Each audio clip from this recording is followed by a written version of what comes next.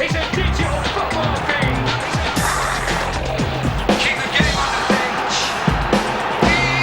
Now it's time. Build it up. Into the net. Never give up.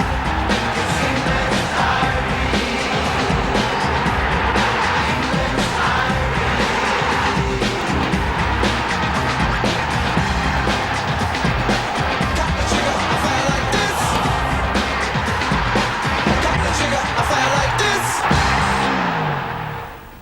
Not even the fortune tellers could have predicted that Swindon would be challenging for the title. Charlton have been a surprise too, and they just can't stop scoring. This is my dream, a brand new start. This is my fantasy,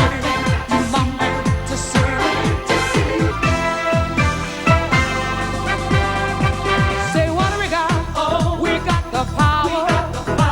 We unstoppable, like the fire. Got one blood, got one skin, got one soul, deep with it. Got a heart beating fast, got a dream, got no back. Say what do we got? Oh, we got the power. Got 60 seconds, got every hour. It was 3 years ago today that Steve McMahon became manager of Swindon. Since then they've been relegated and promoted and now find themselves eyeing a possible return to the Premiership.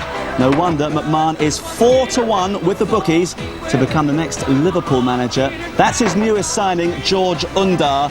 A lot of responsibility on his shoulders in the absence of leading scorer Chris Hay. A stiff breeze at the Valley in South London tonight. It was 5 years ago next week that Charlton returned after their period in exile, and they're a dominant force at their famous old ground, beaten at home only once in 10 months. Tonight, it's 6th against 4th. It's Charlton Athletic against Swindon Town.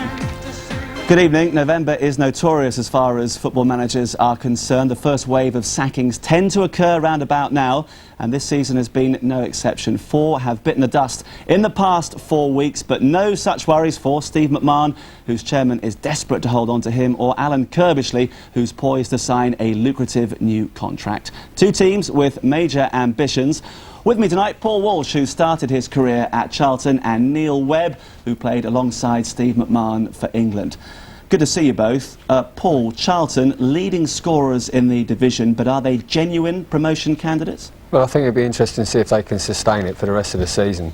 I think that would be the test of time, really. But they've had a good start up till now, and you know, they've got the top scorers, and they've got Clive Mendonca, who's back tonight. So hopefully he'll start banging them in again for them. Is he the one big reason why they're doing so well this season compared to last season? Well, it always helps. I mean, Swindon, it's the same sort of story, isn't it, with Chris Hay? Like, he'll be missing tonight, but yeah, when you've got a good goal scorer in your team, you've always got a chance of winning games, and if you're winning games, you're going to be up the table. Neil, did you give Swindon any consideration whatsoever at the start of the season? No, I didn't. You know, to be truthful, I saw them at the end of last season, and when they was having this promotion on a season ticket, if they got in the playoffs, they had some discount taken off, and I thought that was pretty ambitious. I didn't see them getting into the playoffs, but you know, Steve McMahon was very confident. He's made a couple of astute signings, and he's done very well. Chris Hay's been their big star, 13 goals already this season, but he's suspended at the moment, and they've lost their last 2 matches. Are we seeing the beginning of the end of their push for promotion? No, I don't think so. Like I say, Chris Hay is suspended, but he went out and spent $500,000 on Ndah, so he's the one that's coming in tonight to score the goals. But you know, you can't say after two defeats it's all gone wrong for them, but not with Steve McMahon's attitude, because he'll get them straight back on the winning ways. Well, as always, Alan Brazil is our expert summariser, and he's waiting for us at the ground. Good evening, Alan. Hi, Marcus. Do we have 2 genuine contenders tonight, do you think? I think not. I'm surprised that Swindon especially are up there, but we've watched them a couple of times, and they're a good, strong outfit that are well organised. Whereas Charlton, they've excited me, especially here at the Valley. They get forward, they score lots of goals, they've got a couple of exciting players. I like the boy Kinsella in midfield, strikes from anywhere, and the return of Clive Mendonca. I expect a home win tonight, but you know, realistically, I think both managers, young managers, have got to be delighted with the start to the season they've made, but can they sustain it? I'm not so sure they can. Brief point about Steve McMahon, Alan. Are you surprised at just how successful he's proving as a manager? Well, not really. You know, Steve as a player was very, very tough. Good footballer. He learned the proper ways from Liverpool. He's been under top managers in his time, in his playing career, and he's obviously learnt a lot from his time at Anfield. You know, there's no doubt about it that he's destined to do well in the game as a manager. I think perhaps, you know, tipping him to be the new Liverpool manager is a little bit over-ambitious, and I'm sure Steve would be the first to admit that. But certainly he's impressed me, as is Alan Kirbishley. All right, Alan, thanks for the moment. We'll join you and Rob in plenty of time for kick-off. Let's just check the First Division table. Only a couple of games since last weekend. They haven't affected the bottom. Huddersfield have been there for most of the season. Then come Portsmouth, Oxford in 22nd, Reading 21st, Manchester City level on points with them, 18. Likewise, Crewe, Ipswich with 19, then Bury and Tranmere on 21, Norwich and Birmingham 22, Bradford top of the bottom with 26 points from 19 games. Also on 26, Stoke, Wolves, Queen's Park Rangers and Port Vale. Sunderland in 8th, Stockport 7th, Charlton 6th at the moment. They can climb above Sheffield United with victory. Swindon are 4th at the moment. They'll go 2nd. And then we have Middlesbrough, West Brom and Nottingham Forest. And they play very shortly. Well, this is why Charlton are in the top 6 with just over a third of the season gone.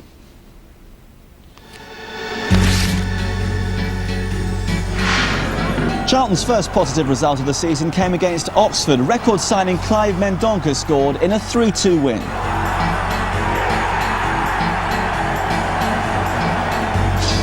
After a goalless draw at Bury in the league, Charlton faced Ipswich in the Coca-Cola Cup. James Scowcroft's goal, Ipswich's third of the night, comfortably put the East Anglian side through, 4-1 on aggregate. 3 points were picked up in the next 2 games before a trip to Norwich, where Mendonca became the first Charlton player to score a hat-trick in nearly 2 years as the Addicts crushed the Canaries.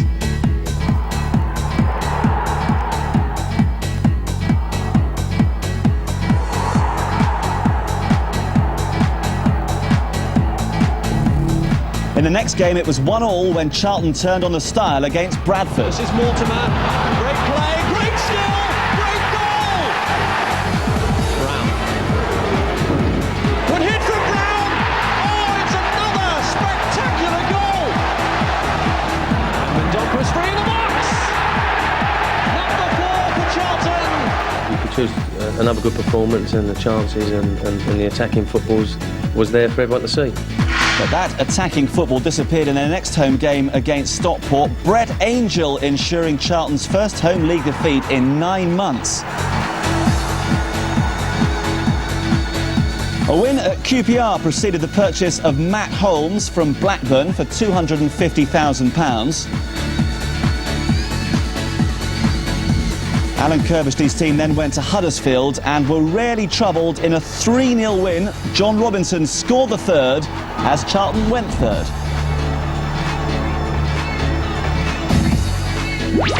Sky's cameras were at the Valley for the next match against Stoke. It was the visitors who went ahead through Ray Wallace.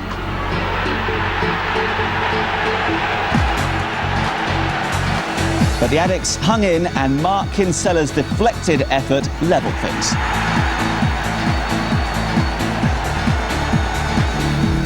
Two more draws followed, then Ipswich came to town and Kirbishley's side took revenge for the cup defeat to inflict a 3-0 win. Carl Leaburn among the scorers.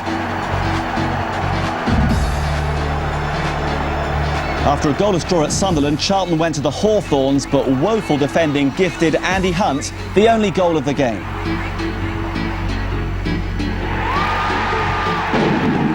Dario Gradi's Crewe were heading for a draw after being 2-0 down, but Matt Holmes stepped up to secure 3 points for the home side. A trip to the league leaders followed and Pierre van Hooijdonk shone for Nottingham Forest. He scored a hat-trick in an emphatic win. But despite their up-and-down form of late, a win tonight will leave Alan Kirbishley's side well-placed as the festive period approaches. And their graph will prove that. Didn't start particularly well, then climbing as high as third, down to 6th at the moment, but looking good particularly at home. Played 18, won 8, drawn 5, lost 5, just one of those in South London. And look at that, 35 goals from those 18 games, better than any other side in the division. They have let in 26, which will be a slight concern, I'm sure, for the coaching staff at the Valley. Clive Mendonca, the star man so far with 10 goals, but Phil Chapple, Steve Jones, John Robinson, Bradley Allen and Paul Mortimer, well, they're all pretty impressive in front of goal as well. Let's hear from the manager, Alan Kirbishley. Alan, you've won just 2 of your last 8. What do you think has been the problem? Well, we've won 2 of the last 8, but we've only lost 2, I think. And our problem is that we've dominated games for long periods and perhaps not got the results we deserve. We're not too overly worried about it. We know that we've been playing ever so well. And if we can play anything like we can, I think that we'll get a result tonight. Now, last week you had a bit of a go at your defence. Would you sacrifice some of your attacking flair for a bit more defensive solidity? Not particularly. I think we just got it completely wrong last week. It's been the first time for quite some time, really, that we've played as bad as that. But overall, we've been playing very, very well, and our last 2 home performances have been excellent. You know, we beat Ipswich 3-0, and we beat Crewe 3-2, but it could have been quite a few more. So, no, you're entitled to 1 bad game. Although our record isn't so good as you just said over the last 8 games, we haven't lost too many, and we perhaps should have won a lot more of them games. Now, what do you make of Swindon Town? Well, I think Swindon, obviously the surprise package, I think Steve would agree with that, and I think they're probably in the same situation Charlton were about 3 years ago. Perhaps they're up there against all the odds, and they'll be fighting to stay there for the rest of the season, and perhaps haven't got the financial backing perhaps to push it on like the rest of the clubs, perhaps in the top 6 or 7 can. Now, I was just looking at the records before. In addition to the likes of Steve McMahon and yourself, there's so many managers in Division 1 who used to be midfield players: Nigel Spackman, Peter Reid, Chris Kamara, Brian Robson.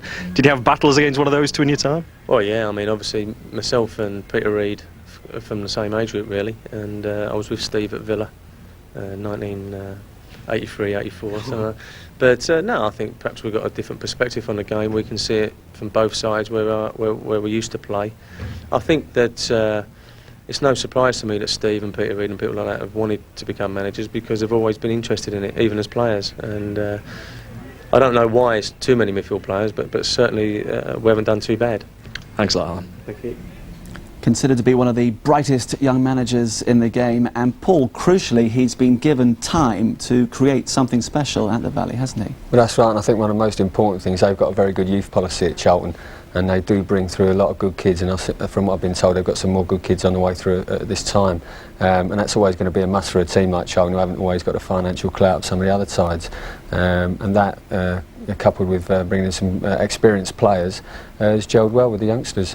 Neil, I noticed that you blinked when you saw how many goals they've conceded this season. That is a slight concern, isn't it? It is a bit worrying. I mean, like you say, they've scored 35, tremendous, but to concede 26 is a lot. There's a lot of goals conceded, and that's got to be a major worry for Alan Kirbishley. He likes to play attacking football, but you know, you've got to shore up the defence, really. Well, it's just possible that Charlton's success this season is a result of divine intervention. Paul Mackenzie has more. As we say at Sky, football is our religion, and here at St Luke's Church in Charlton, that is very much the case. The rector, Geoffrey Heskins, is a keen Charlton fan, and this season he's hoping his promotion prayers will be answered. Jeff, you've received some good news today. You've become chaplain of the Valley. What does that actually entail? Well, that's right, Paul. It was a great surprise and a great pleasure to me. Charlton's always had a chaplain for some years now, and the Mark Kitchenside, who's a good friend of mine, looks after the players at the training ground, and they've decided that what they really like would be someone to assist with him looking after administrative staff at the Valley ground. Now, Charlton's very much a community club. What role does the church actually play in Charlton Football Club? Well, as you can see, this is a very old church. There's been one on the site here for 900 years. There's been a club here for nearly 100 years. And in many respects, a lot of our jobs are fairly similar. We're here to serve the local community. Now, you've got a tough game tonight. You're playing Swindon, a team that's flying high at the moment. Do you think you could get the 3 points? Well, I hope that we can, really. I think that the team will be very keen to make up for their disappointment at Forest last week, and certainly Swindon's great strength has been more at their home ground rather than away, so let's hope for a Charlton win. Now, can you get promotion at the end of this season? I mean, the fans really want it. It's been a while. Is this your year? Well, I think it could be. There's a lot of good feel at the Valley at the moment. The club is in good heart, morale is high, and I think that for the first time in quite some years we've had a big enough pool of players to be able to carry it through. So I don't see why not. Well, finally, On Sundays, during your normal Sunday worships, do you manage to slip in a little prayer for the boys? Well, Paul, sometimes I wonder why wait until Sunday, of course. I think that the short answer to that would be that I more often pray for the fans when we slip one behind. There are one or two who don't cope too well with being behind. Well, I'm sure we're going to get a cracking game tonight. And with that, back to you, Marcus. Thank you, Paul. Some help from above, perhaps, for Charlton. We are building up to Charlton, currently 6th in Nationwide Division 1, against Swindon, who are 4th and who are hoping to go 2nd. And Charlton have enjoyed this fixture rather more than Swindon over the years. They've won 5 of the last 8. Their only defeat in the last 8 was back in March when they went down 1-0 at the county ground. Swindon won the first ever league meeting between the two sides at Charlton, but since then they've only won 1 more. As far as the bookies are concerned, well, Charlton start as favourites 6-5 on Swindon 13-5, and the draw is 12-5. No surprise that Clive Mendonca is tipped to open the scoring, 5-1. Carl Leaburn, now re-established in the Charlton lineup at 7-1, along with Swindon's new signing George Ndah, who scored a good goal on his debut last weekend. Steve Finney, 8-1, and John Robinson, who's attracted plenty of good notices, he's 10-1.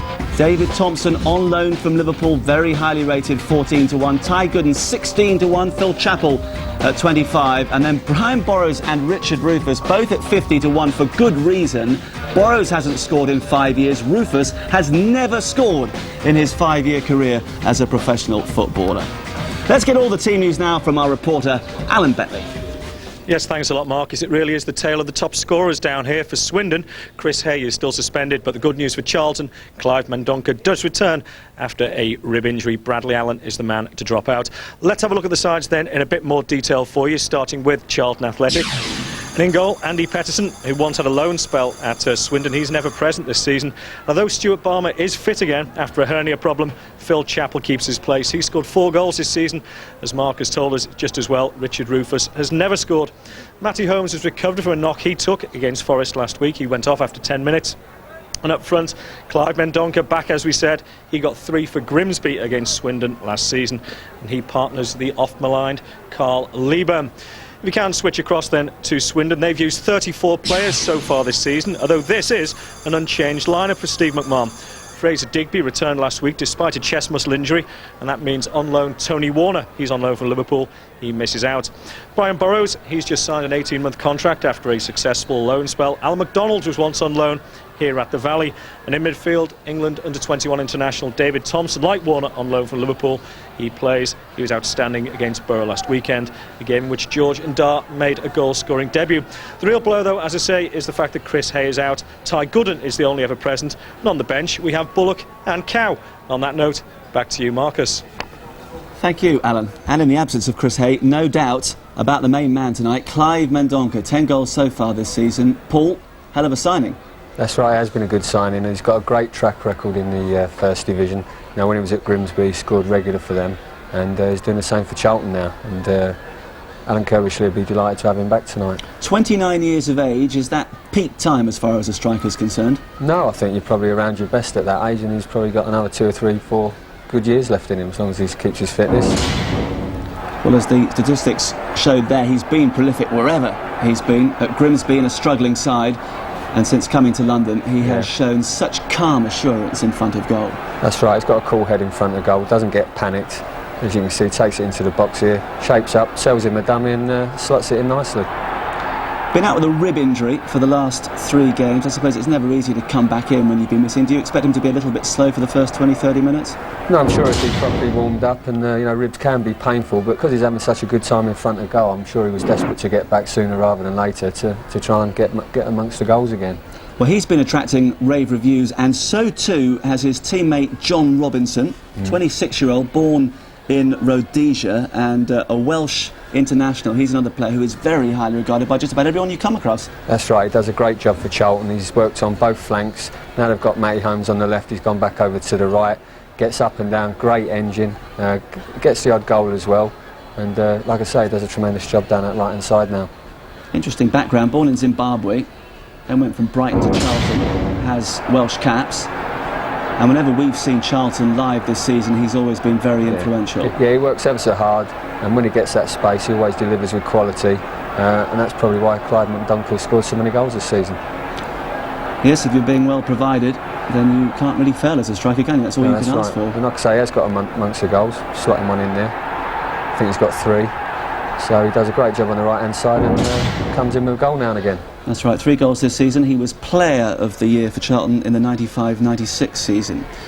Now, Mark Kinsella appeared crucially in the last live game we saw at the Valley against Stoke. His deflected effort got a point for Charlton. What do you know about him, Neil? I don't know that much about him, but he's a very good box-to-box midfield player, which is sort of the midfield players that I like to watch. And he's a creator, and he also gets the goals as well. So he's basically got a good all-round game. Has a habit of scoring in televised games. Managed a couple last year as well. 25 years of age, cost £150,000 when he came from Colchester, and he's also a Republic of Ireland under-21 international, and there's evidence of the sort of shooting boots he sometimes wears. Well, he's got a great strike in him, obviously. I mean, 2 great goals there that he scored from distance, so he's not frightened to have a crack from anywhere. And like I say, if you're confident enough to do it, then you get the odd deflection like that and it still flies in, so it's great to see. That was the deflected effort against Stoke which got Charlton the point last month. Now, as far as Swindon are concerned, no Chris Hay, as we've said, so George Ndah comes into the side tonight, having made his debut last week, and a lot of responsibility on his shoulders now. There is, yeah. I mean, he scored on his debut last week against Middlesbrough, but unfortunately the result went against him. But like you say, it'd be interesting when Chris Hay does come back, the partnership they are going to produce together, because Ndah didn't have much chances at Palace, but he did get the goals, which surprised me. He didn't get more of a regular run in. So, but Steve snapped him up for 500,000, and he sold his other striker for 800. So he's done good business there. 5 years at Crystal Palace, and the one thing that comes through from these goals is what a strong, powerful sort of player he is. Yeah, I saw Palace about 4 times last season, and he played in every one. I think I made him man of the match in 3 of them. But like I say, he didn't get a run for some reason in the team. But he's strong, he's quick, he brushes people apart, and even then, he's under pressure. He's still got a cool head to put it in the bottom corner. That was his debut goal against Middlesbrough last week. Unfortunately, from a Swindon point of view, it counted for nothing in the end because Borough came back to win 2-1. Another new face in the Swindon side tonight is David Thompson, on loan from Liverpool, and again, very highly regarded. I know Alan Brazil was talking to Steve McMahon earlier this evening, and McMahon was saying great things about this 20-year-old. Well, it'd be interesting to watch him tonight. Like I say, he's made his debut last week. Not many people would have heard of him, but Steve's obviously got good contacts at Liverpool, and he needs first-team games somewhere, and a great opportunity for him to show everyone else, not just Liverpool, but what sort of talent he's got. And it'd be good to see him play tonight, to see if he's as good as what people are raving about him at the moment. Well, just a couple of Swindon's likely lads. It's been a great start to the season for them. Let's have a look at their form in a little more detail.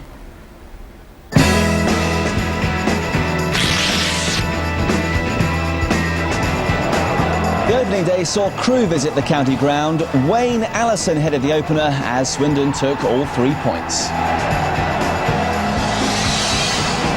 Terry Bullivant's Reading were the next to face the in-form Robins, and new signing from Celtic Chris Hay scored the only goal.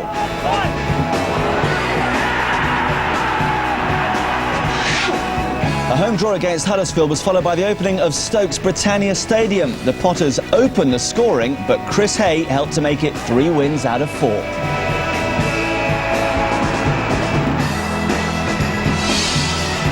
George Burley's Ipswich were the first side to beat Swindon. This Mark Venus free kick helping the Suffolk side along the way. A 0-0 draw at home to Nottingham Forest followed. Then came the visit of Tranmere, and Mark Walter's fine effort put the Robins back on track. A draw at West Brom preceded a bizarre thrashing by Manchester City that saw McMahon's men slip to 6th in the table, their lowest position so far. But Port Vale found Chris Hay in the mood. He scored his first hat-trick for the Robins since moving down from Scotland.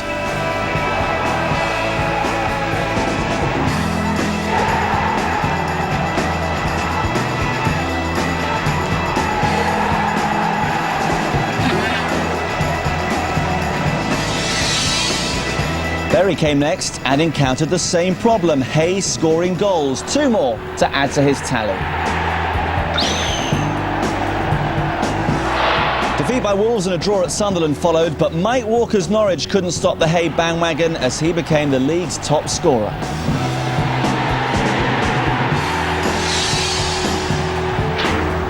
Sky Sports and Swindon then visited Fratton Park, knowing a win would take them to the top. This is a useful run from Bullock. Cleared, only to Hay! He's done it again! And by now McMahon had dubbed Hay the new Rushy. He keeps scoring goals, you can't knock him, can you? We've been having a little bit of a go that he doesn't score with his head, so he scored with his left foot, his right foot and now his head. I know Rushy never broke his nose, but it might improve his looks a little bit, I think. QPR then visited the county ground and scored first, but Walters-Taylor and of course Hay kept Swindon top. Chris Kamara's Bradford lost in a tight game. Steve Cowe supplied the quality finish this time as Swindon won their 4th match on the trot.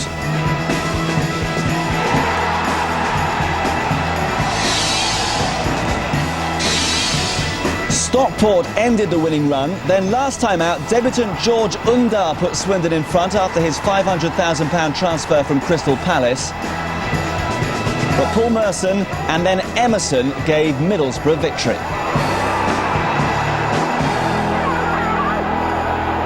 Rocky patches in a rocking season seem to be McMahon's only problem, but without 13-goal Chris Hay tonight, will it be 3 consecutive defeats? Well, Swindon haven't been outside the top 6 since their 2nd game of the season. They won 4 of the last 6, although they've lost the last 2, but they are impressive statistics. 19 played altogether, 10 wins, 26 goals, half of them scored by Chris Hay, and 24 conceded. And that caption does indicate just how much they've relied on their Scottish striker. 13 for him. Walters-Taylor, Ndah, Cowe and Gooden with the others. Let's hear from the manager, Steve McMahon. He's talking to Alan Bentley. Steve, you lost last week against Middlesbrough. Is it fair to say you feel you're a hint unlucky? We were unlucky, yeah. We're desperately unlucky. If we continue to play the way we did last week, then we'll pick up results. There's no two ways about it. But nonetheless, beaten in the last 2, is this a real test of character tonight? Yeah, it is. We need to start picking up a few results again. Confidence is high, mind you. If you're going to get beat, I think that's the way to get beat last week. We played well, we had chances, and we can take a lot of confidence from it. Now, last time you were on live, we were up to 28 players, now it's 34, I believe. It's amazing, isn't it, really, when we've only got 26 pros. I don't know how we do it. Just don't know how we do it. But that shows you the spirit in the camp. Everybody's working for each other, knuckling down and battling. So you can't ask for any more than that. But looking at Charlton, do you see some similarities between the two clubs and the two sides? Yes, we'd like to think so. I think Charlton are a very neat passing team. Very well organised, a decent manager. Lovely little stadium now. There's not much between the two teams, I don't think. And finally, I mean, how do you respond to all this speculation about Liverpool at the moment and the Liverpool manager's job? It's a very unfair question, really. You know, Roy Evans is, I think he's done a terrific job there in difficult circumstances. We shouldn't speculate about people's jobs. He's got a tough enough job as it is. I'm in a job, Roy's in a job, so I don't think there's any questions there, is there? Thanks a lot, Steve. Very diplomatic. He says there isn't much between the two teams tonight. Neil, who is going to sneak it, do you think? I think there's obviously going to be a few goals in it, and I've got to go for Charlton with Mendonca back.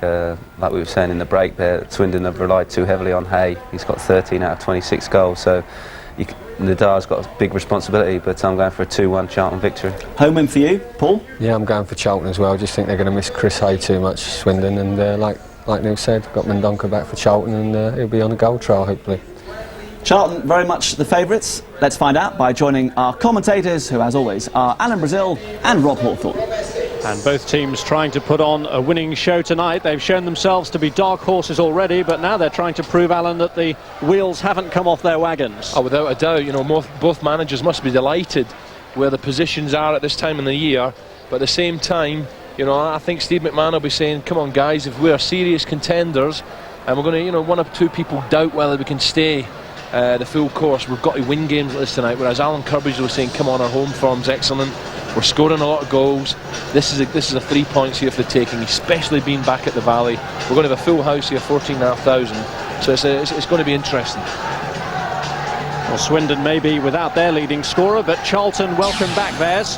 Clive Mendonca has missed the last 3 games after sustaining rib cartilage damage against Sunderland, but returns tonight in place of Bradley Allen, who'd scored in the last 2 matches. Mendonca, Matt Holmes and Mark Bowen are the most recent additions to a squad developing a settled feel. 7 members of this starting lineup are in at least their 4th season with the club, and now manager Alan Kirbishley's future here seems secure too.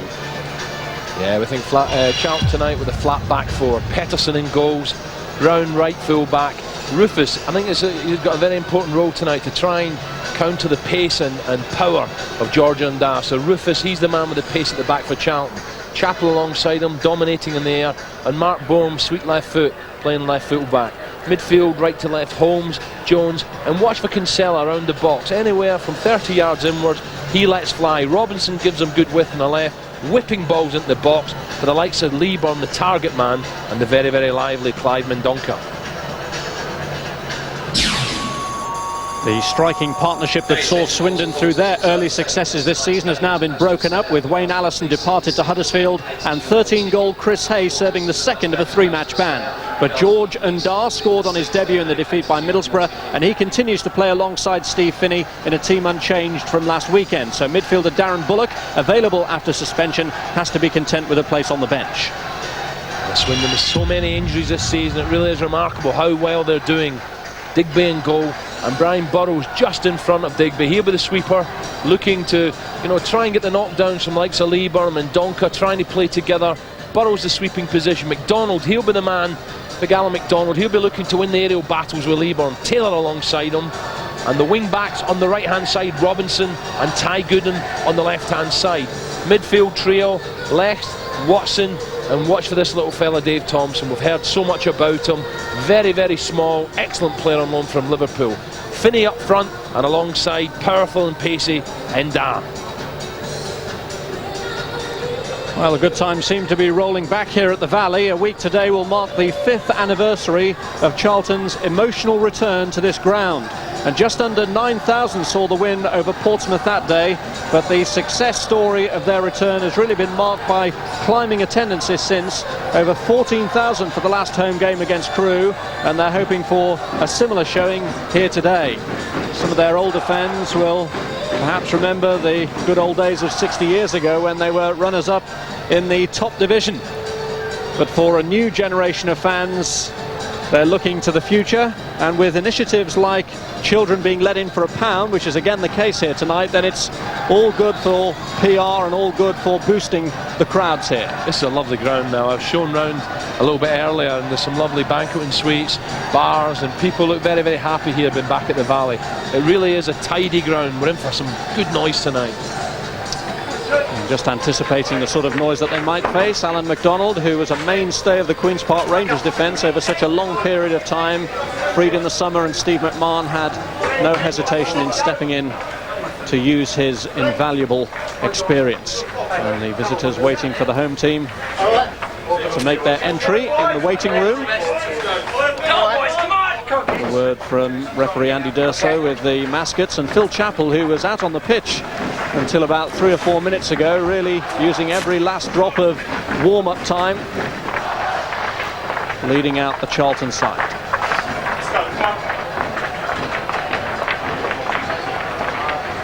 Well, it really has been a remarkable success story, and great enthusiasm has been encouraged by Charlton since they came back to this ground, and that's marked by the rise in their attendances.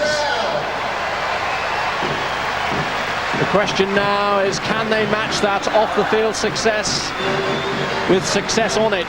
So often in the past they haven't had the staying power, but they and Swindon are trying to prove that this season it will be different. Charlton against Swindon, the whole game coming up after the break.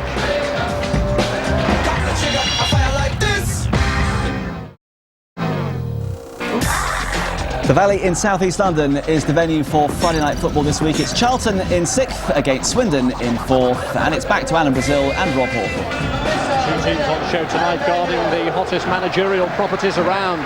Charlton moved swiftly to end speculation, linking Alan Kirbishley with Queen's Park Rangers and Sheffield Wednesday amongst others by getting him to agree to an improved deal.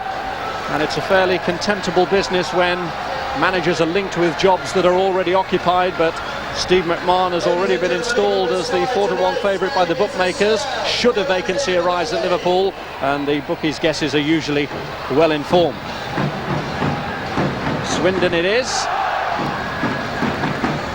who are kicking towards a goal area which has been fairly heavily sanded, but it's Charlton, the home side, who'll get the game underway, the leading scorers in the First Division, and just a goal behind the top scorers in England, Manchester United and Peterborough. And a slight delay while Phil Chapple takes up his position in the heart of the Charlton defence, and Leaburn and Mendonca get the game underway. 8 of the starting 11 in this Charlton team have already opened their goal-scoring accounts for this season. Mendonca is their leading scorer with 10 goals. So a Swindon defence that has proved shaky on occasions could be in for a thorough examination tonight. Yeah, I fancy a few goals tonight, I really do. Here's Richard Rufus, who'll be trying to shore up a Charlton defence that was unusually lax against Nottingham Forest in their last game when they conceded 5 goals, the first time that they'd conceded 5 in a league game in nearly 3 years. Yeah, it's very important. Rufus has a good eye on his opposite number, and George Ndah, very, very quick, powerful, strong. And I just feel Rufus has got to watch him very closely already, going almost man-to-man now, and Ndah trying to go on Chapple. And I'm sure he'd want to get a hold of Chapple one-on-one. Chapple good in the air, but doesn't have the pace. And despite that 5-2 defeat by Forest, the defence has been left unaltered in terms of personnel. Here's Watson for Swindon, who are in their change colours of blue. Mark Robinson, who wears number 3 but plays at right wing back, getting it back from Thompson. Watson again. And Thompson challenged by Bowen. Mark Robinson came in to sort it out, and Ndah, well, he went for goal after Finney had made the run for him. Suddenly Swindon had 3 against 3 then, and Ndah suddenly thought, right, I'm going to let fly with the left foot. But really, Charlton Athletic, they were backing off, and I don't think he realised how much time he had there, George Ndah. The ball spinning over to him, and suddenly finds himself running at the Charlton defence. Good run there from Finney, but Ndah decided to let fly. Finney took a long look back at George Ndah, but it's a partnership they're still working on. The second time it's been used in a match situation. Bowen.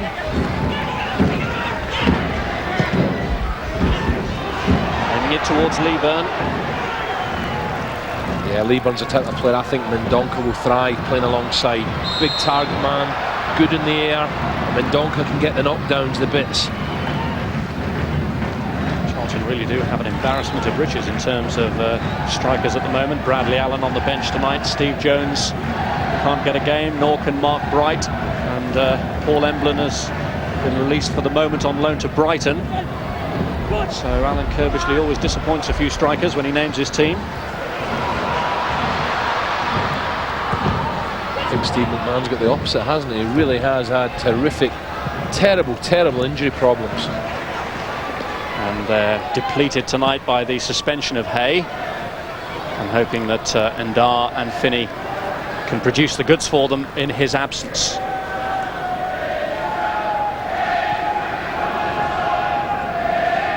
Steve Finney, who's been out on loan at Cambridge this season.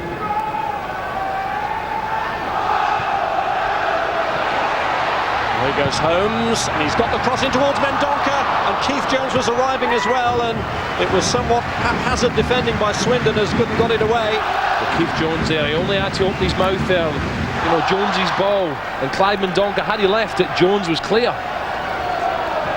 Gooden.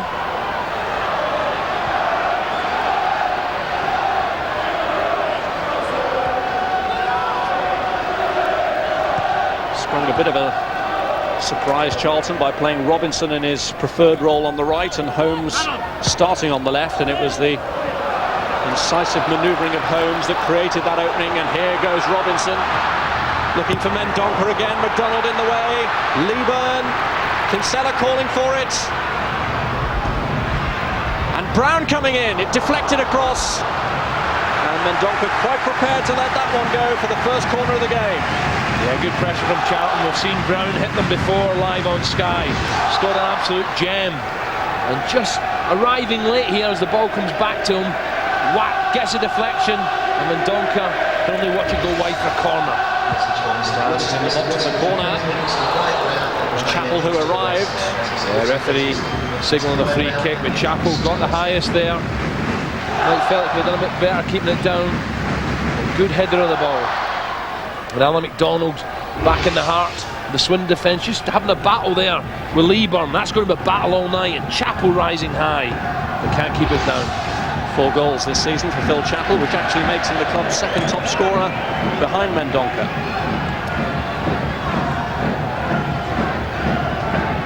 Here's Bowen with a throw-in. Borrows. Watson trying to steer it through for Ndah. He's lacking support in the middle at the moment. Chapple aware of that. Here's Thompson. And he was just caught by Chapple.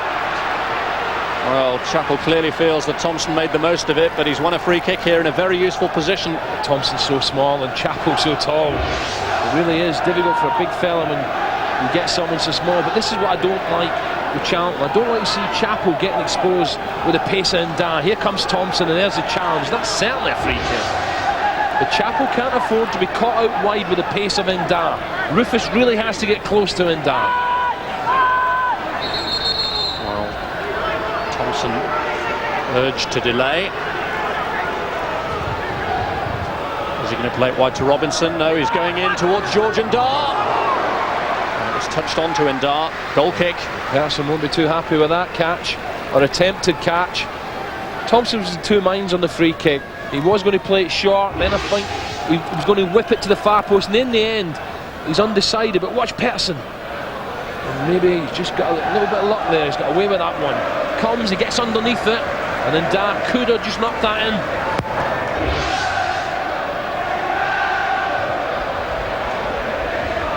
Finney. Here's Watson. Robinson. Scott Leitch.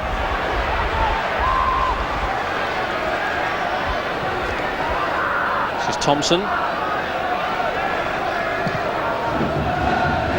Aiming to set Finney away. Brown is the Charlton defender. Thompson, incredible, 20-year-old. Talk about confidence, you know, he's taking free kicks. He was back in the sweeper role, getting the ball, looking for a runner. Tremendous confidence. The youngster on loan from Liverpool, only 20 years. Another one with a bright future. Hasn't had too many opportunities at Anfield, David Thompson. 3 times used as a substitute, including once this season.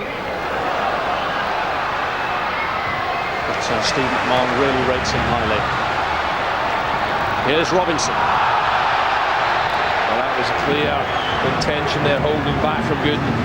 He's really got to be careful because Robinson is very direct.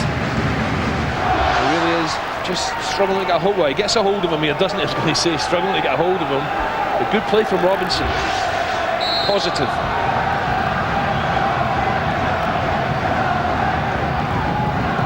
Holmes with a free kick. Yeah, a bit of misunderstanding from Holmes and Leaburn there. Holmes trying to just feed it to the far post. Big Carl Leaburn. But he made his run inside.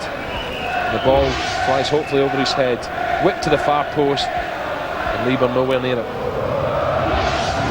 Carl Leaburn, who scored in Charlton's 2-0 win over Swindon here last season. Brown. Leaburn just got the touchdown for Holmes. This is Keith Jones! In off the post! 1-0 Charlton! And Keith Jones gets his 3rd of the season. Well, lovely run again from Jones. A few moments earlier was arriving in the box. This time it pays dividends. The battle we spoke about, Leaburn against McDonald. Well, Carl Leaburn wins this one. And Jones, great enterprise, getting on the end of it. And And Leaburn with a quality header down, and Jones in off the post. Just to start, Charlton needed. Brown with the ball, Leaburn, McDonald. Leaburn wins the ball, good run from Holmes, lays it in the path of Jones, and that's a quality finish. Charlton now flying, the big fella wins ahead. Good knockdown from Holmes, right foot, maybe through the legs, in off the post. Charlton buzzing all over the place, lead 1-0. What a way for Keith Jones to mark his 100th career appearance for Charlton with his 3rd goal of the season. A rattling good finish. And that is going to make life difficult now for Swindon to wrestle the initiative from the home team. Yeah, it's good midfield play. Holmes is very quickly there in support of Leaburn, and Jones getting on the end again. At the moment, Kinsella's the anchor man for Charlton, just sitting tight in front of his back two.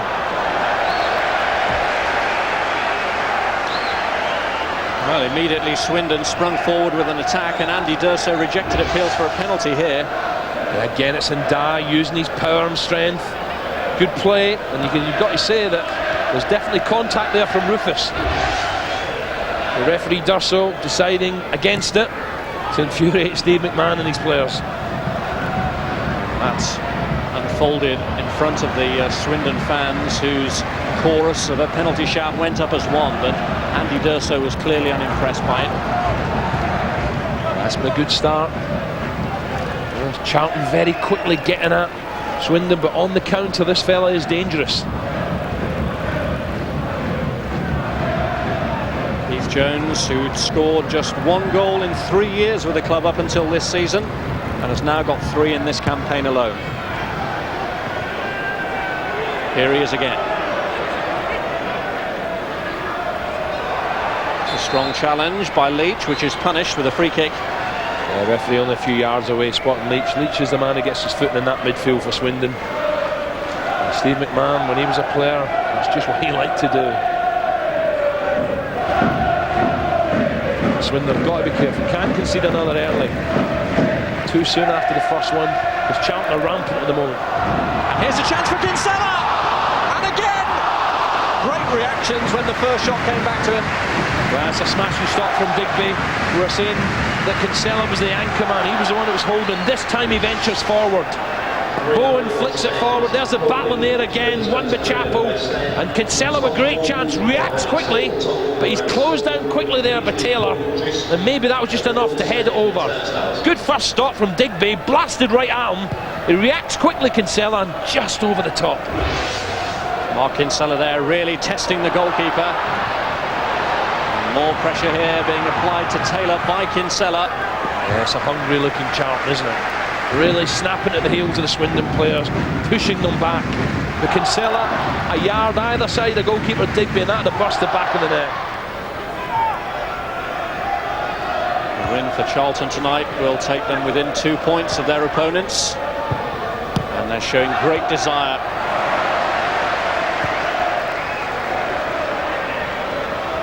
Bowen. Robinson. Comes Keith Jones. Again, good pressing from Charlton. They really are hunting in packs. Swindon player on the ball has no time at all. 2-3 red shirts scurrying around them.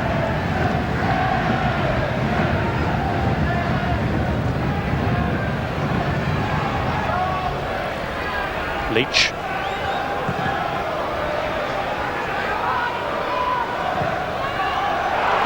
Chapple looking to release Mendonca. Burrows was across. Yeah, Brian Burrows getting on in years, but you wouldn't have thought it there. Read that superbly well, sprinting across to get there before Clyde Mendonca.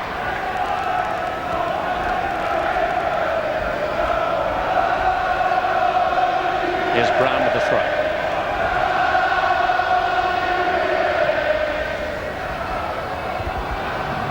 Finney. This is Gooden.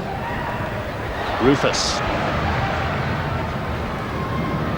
Robinson trying to link up with Mendonca. I think Mendonca felt Robinson was going for the return pass. Well, Gooden took a very unwise decision there, hoped that it would run out, it didn't, and then he had to foul Robinson, and he's given away a dangerous free kick again. Yeah, he's looking rather casual at the moment. Robinson's really putting him under all sorts of pressure, and I don't see anything wrong with that. That's a free kick. And more danger here for the Swindon defence as Kinsella takes it. Cleared by Taylor. Taylor and McDonald really have to win the aerial battles in there. With Charlton with any half chance, half a yard, whipping the ball into the box. Very strong players in there with Leaburn and Chapple. It's come out too. Mendonca tried to rescue it. Bowen, Swindon defence fighting for their lives at the moment, and the pressure is constant. Robinson, flicked header from Leaburn. Good ball again from Robinson.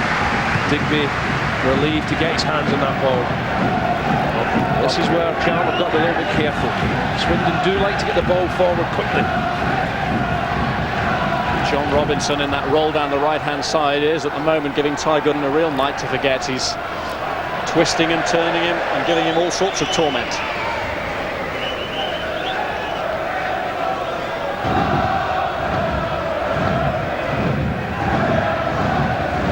Good atmosphere here. Only a few spare seats where the Swindon fans are, away to our right, but Charlton fans are loving this.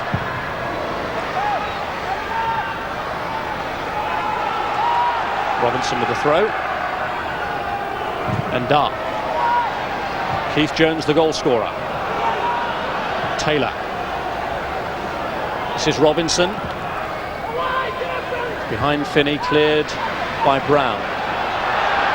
Leaburn was a push in the back there by Taylor. Didn't matter anyway. He's managed to set Robinson off again, but Burrows has read the danger. Yeah, he's read it well again, Brian Burrows, hasn't he? Ex-Coventry, I played one actually, and really has looked after himself. Came here on loan, impressed Steve McMahon, and now a permanent deal. He's 36 years of age now, is Brian Burrows, but he's signed an 18-month contract after the success of that loan period. Actually played with Steve McMahon in the formative part of his career at Everton. Yeah, he'll be coaching his two centre halves, saying, "Go on, win the aerial battles. You challenge, I'll mop up." McMahon's leader on the field, really. Grateful to have that experience in the side. They'll need it now.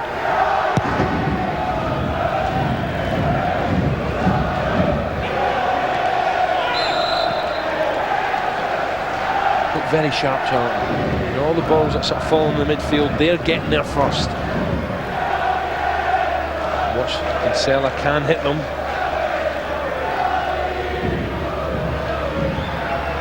Leaburn and Mendonca strong in these situations. Chapple has gone forward too. It's Brown who's taken it. Cleared by Robinson. Kinsella following up. Chapple. Holmes. Just couldn't get a clean connection with it, Matty Holmes. And once again, when the ball drops just outside the Swindon box this time, again it's red shirts there first. And really, the Swindon midfield have got to start picking things up quicker. Holmes with the strike. Matty Holmes got his first goal for the club in the last home game against Crewe.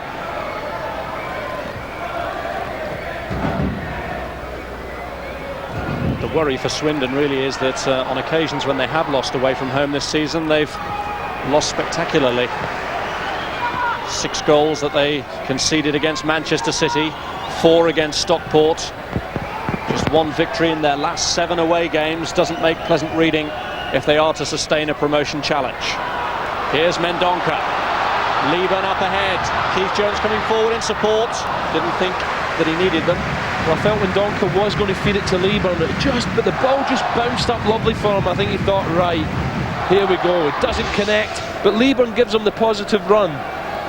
Mendonca cuts inside on the right foot. Leaburn is to his right, but look, it just bobbles up then. I think that makes his mind up. I'm going to hit this.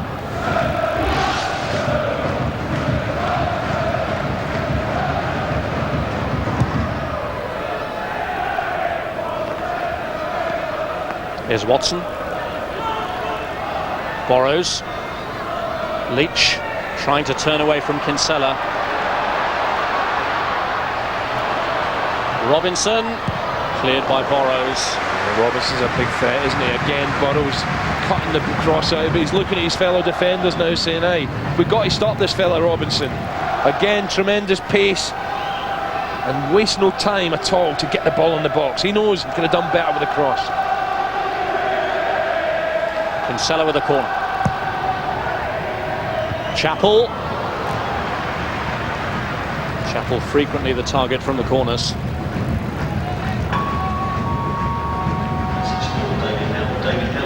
Now Keith Jones' goal has now put Charlton level with Manchester United and Peterborough as joint leading scorers in the league this season on 36. That was a sweet strike, wasn't it? Just getting forward, taking a chance. Leaburn with a flick on. Holmes in an advanced position, does well to spot Jones, lays it back on the right foot, just takes a touch right through the legs of Burrows, I'm sure, and just in off the post. There's the celebrations, just the start Charlton needed.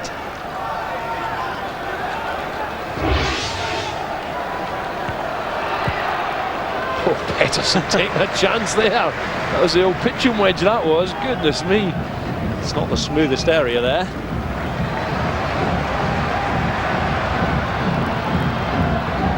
Brown on the charge. This is some run. Well, the ref had a good think about it, didn't he? Had a good think, deciding, yeah, okay, I'll give you the free kick. Dangerous situation, 30 yards out. Just wonder if Kinsella would fancy one here. Maybe slightly too far. Might just be looking to lay it on the top of maybe, well, he's got two options. Leaburn to his right and Chapple to his left. I've got a feeling he might hit this. Brown's thinking about it too. The big fullback as a Swindon wall retreats. Well, Kinsella and Brown, both capable of the strike. Will they consider it their territory? Finney comes back late on to join the wall. It's Kinsella lining it up for Brown. Good effort. Well saved. Good stop as well from Digby, retrieving it from going for a corner. But Brown, we've seen in the past, can hit them. Hits a scorcher here. There's good closing down, but Brown concentrates. Digby at full stretch. Good save. Fraser Digby has had an unsettled time in goal. He's been handicapped by a chest muscle injury, which means that he's started only 2 of the 5 games prior to this one. But he's been called upon to make a couple of crucial saves already tonight from Kinsella and then from Brown. Mendonca, Leaburn. Mendonca, he's aware that Robinson's out to the right and he finds him. Kinsella's made the run from midfield. Robinson trying to tease his way past Gooden again. Brown. Now Jones, is he going to have another strike? Good patient build up here. Kinsella. Shame about the cross. Good passing, good movement from Charlton. And Kinsella will normally so accurate. This time, the final ball letting them down. It's good stuff. Alan Kirbysh has got to be delighted with this. Good football, good movement, and the spirit is tremendous. Kirbishley had every right to be worried about his team's recent run. 2 victories in their last 8 matches, but the early indications in this game, with almost half of the first half gone, are that they're back on track. But football's a fickle game at times, and their only defeat of the season here was against Stockport, and they actually led in that game until the last 20 minutes and went down by 3-1. Here's Holmes.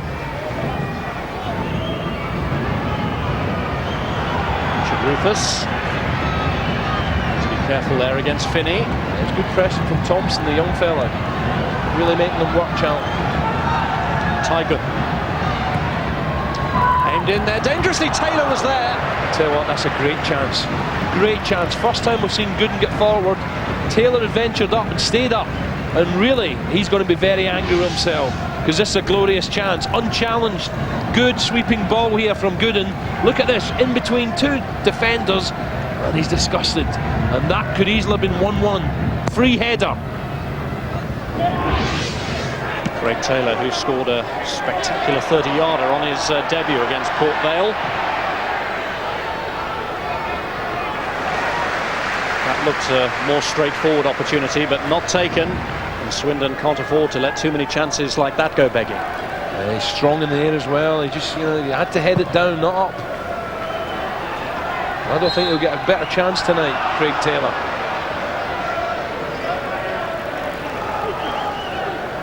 Swindon again showing how dangerous they can be.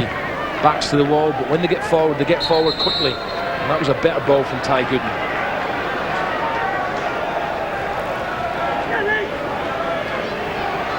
I just get the feeling, Rob, that this defence are going to concede more than one goal tonight.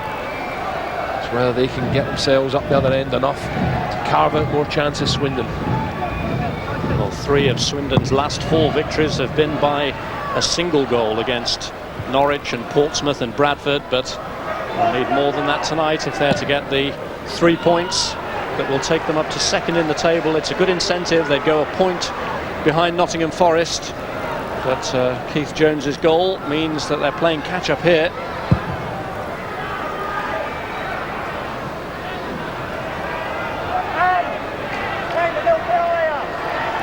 A big battle at the back there, isn't there?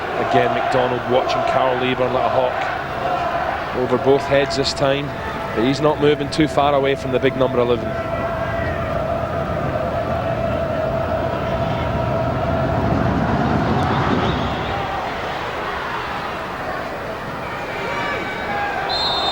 Matt Bowen really is at a couple of whacks now off George and Ndah. A few moments earlier took one on the side of the face, and again Ndah showing his power. Just the high bounce entices him, gives him a chance, and Bowen does well. Taffy, as they call him.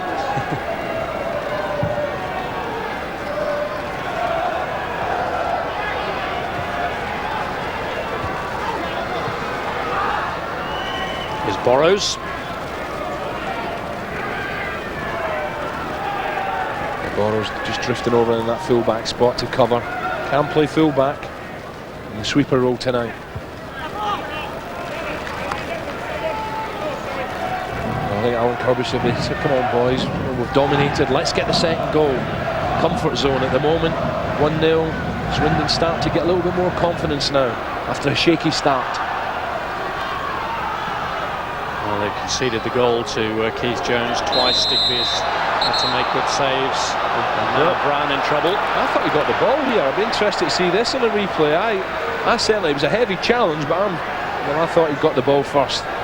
Strong player, Brown, and Ndah holding it up. Brown just from the side. Yeah, free kick. He got the ball all right, but I think that was after he got George and Ndah. It was the way he launched himself, I think, which made the referee's mind up. Steve Brown has already served a 3-match suspension for 5 yellow cards, and 2 more, and he'll be facing a further ban.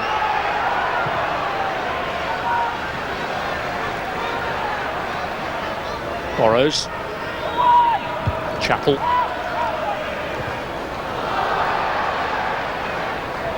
This is Leitch. Robinson. Just looking forward, looking for a runner, nothing on. Thompson. That midfield area where Swindon will be looking to gain the ascendancy. Thompson looking to line up a shot, and again exuding confidence and winning the corner. Little fella, most of Swindon's moves, he's been in charge of that midfield area, getting the ball, pushing it forward, always looking for a quick run, and this time trying the strike.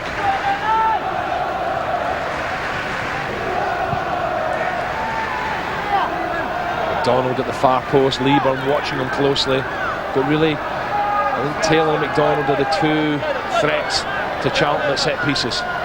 First corner then that Charlton have had to face. It's Thompson who takes it. It's an awkward in-swinger, and it's turned off the line. McDonald has his arms up, claiming it was over. George and Ndah went to that near post. There was a touch and then a clearance off the line. This will be interesting because Alan McDonald's hands went straight up. And we'll see it shortly. Mark Bowen with the clearance. For the first time, really, Charlton been put under pressure. Well, that's gone for a goal kick, but just how crucial was that clearance from Bowen, and was it over the line? Well, it was a lovely swinging corner, wasn't it? Little fella getting his right foot on it. I think it was Thompson. Petterson can't quite get it, and that's clearly nowhere near the line. Alan McDonald chancing his luck. But in Ndah, with his presence, Petterson comes, he flaps. The ball bounces there, and Bowen with a good clearance. And the referee was in a great spot, a great position there. And I think he made the right decision. Well, Bowen the hero, but that's not the first time in this game that Petterson has come off second best against Ndah's physical presence. And Leaburn here putting pressure on Burrows. Yeah, Leaburn quickly to spot that, pressing. And this is Charlton at home, they love to press and really don't give defenders an inch of time, seconds of time, and Burrows really was rather lucky, rather fortunate.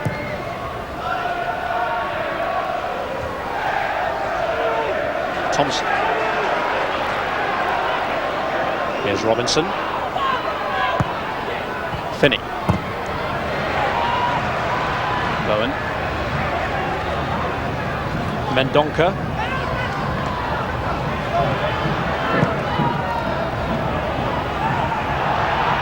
Here's Finney. Ndah is waiting in the 18-yard area. Gooden's gone there too. Challenge was Chapple's. Finney was claiming the earlier challenge, where Chapple clearly showed at his shoulder, nearly sent him flying. It's good hold-up play from the striker. Gives his defence a breather. Now the big men head for the box again. Suddenly the corner's coming for Swindon. It's again Ndah right on the goalkeeper. Aim towards McDonald. Cleared by Rufus. Well, McDonald was climbing there, surely in someone's back. Burrows. Looking for Ndah. Cleared by Brown. This is Holmes. Yeah, Brown's a handy player to have on your side, Brown. Full back, but got a great strike on him, and also very, very good in there, helping out in the aerial battle.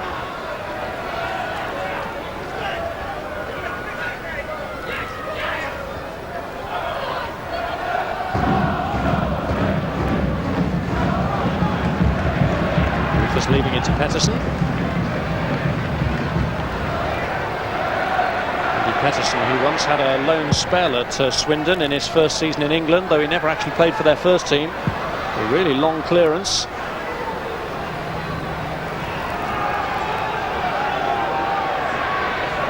Craig Taylor. Finney. Watson. This is Mark Robinson. Better spell for Swindon now. Now they're passing the ball, the movement's better. George Ndah. Thompson. Robinson flinging it across. And Petterson got there. In the end he got there, but Petterson, his near post, almost slipped. And that was a good looking ball from Robinson. Whipped in. Petterson looks back at the sand, and he almost ended up on his backside. He's been taking long looks at the desert conditions inside his own 6-yard box as Andy Petterson. Yeah, it's a little bit heavy with the sand there. You can clearly see that he lost his footing, but recovered well enough.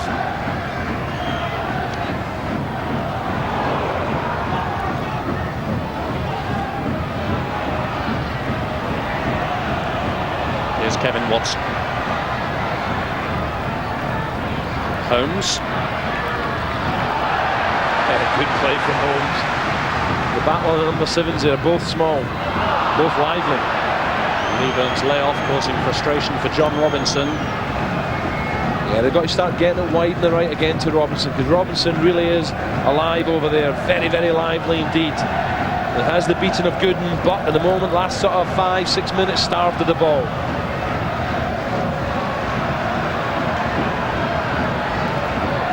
Robinson drifting over to the other side, looking for the run inside of him of Bowen. Holmes going in on Ndah. This is Kinsella. Holmes. Bowen. It's Mendonca who's pulled out. Overhead for Bowen. Chapple has to do the rescue job. A good challenge from Ndah, working hard. But Mendonca, after good work, really was a bad layoff. And he's certainly got the pace on Alan McDonald. He can get a one-on-one situation. He has to be the favourite.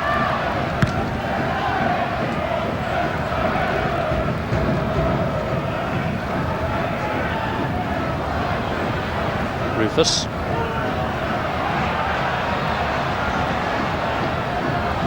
little bit scrappy after some good early play, good exchanges, good movement, passing was good, just a little bit scrappy at the moment. First quarter of the game was definitely Charlton's, but certainly over the last few minutes, Swindon have started to reassert themselves. 3 defeats on the trot, which it would be if they were to lose here, wouldn't look good on their record, and the alarm bells might start sounding about their chances of staying in the promotion shake-up. Chapple doing well against Ndah now, winning the headers. Thompson steered back by Kinsella.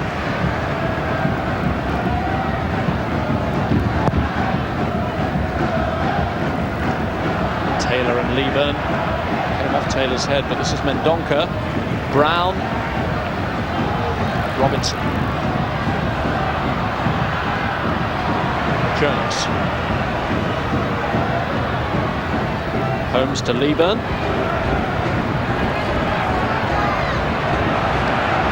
try and hold off McDonald. Just wanting a bit of help, isn't he? It's Holmes who showed for him in the end. Mendonca, Holmes. Swindon had plenty of numbers back in there. Charlton try pries the defence open, but black and blue shirts back there, the stripes. Defending well. Rufus with some defending to do. He's managed to win the throw.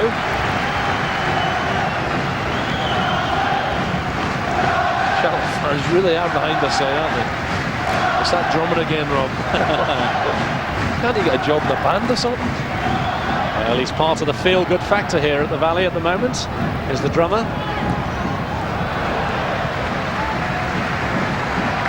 Keep giving him stick, but I think the fans up that end love it. Gets him going. Cozy Powell. There he is. Oh, he's mate with him. He asked me if he'd remember to bring the paracetamol tonight.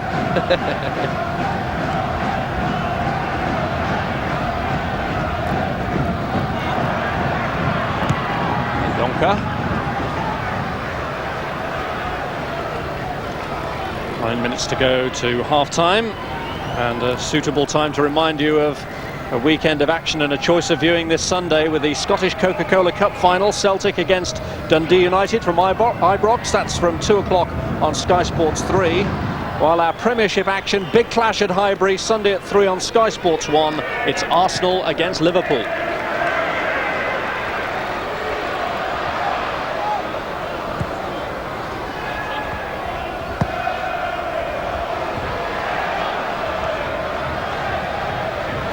Rufus. Leaburn. He's a little bit unlucky there, trying to find his fellow strike partner Mendonca. Mendonca hasn't really been in this game much.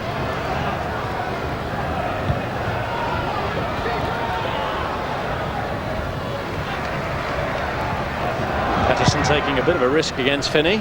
Yeah, take a good look at that. Yeah, it's a big part of goalkeepers' games now, kicking. Leaburn. Maybe that's why the big fella is not a winger. Mendonca made a good run to the far post. I think Big Carl tried to whip it. Mendonca is sharp, made his run. Carl Leaburn looks up. Good work again, good beavering away there by Holmes. Mendonca trying to whip with the right foot. No, get back in the middle, big man. Some puzzled looks in his direction as to what he exactly was trying there.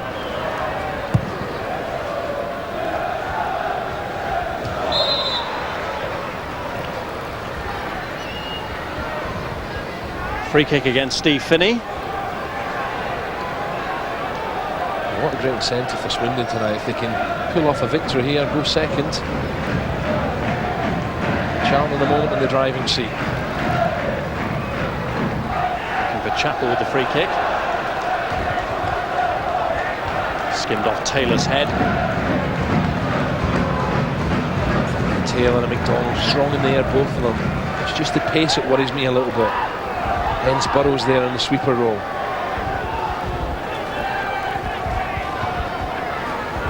Here's Bowen with the throw.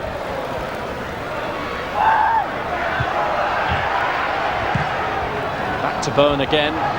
Looking for Robinson here, and he's stolen in front of his man.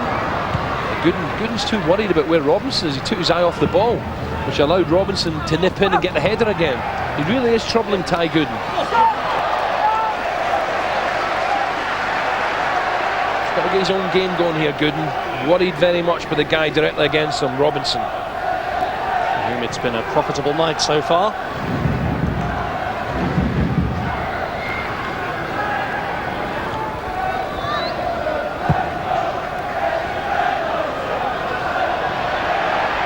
McDonald tussling again about Leaburn there, saying get up, none of your diving.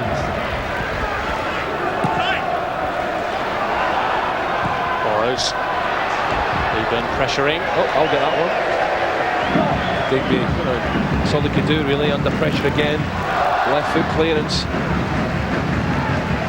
Swindon have got to start getting it forward to Ndah and Finney and try and hold the ball up, and then they can get up to the halfway line and get a breather.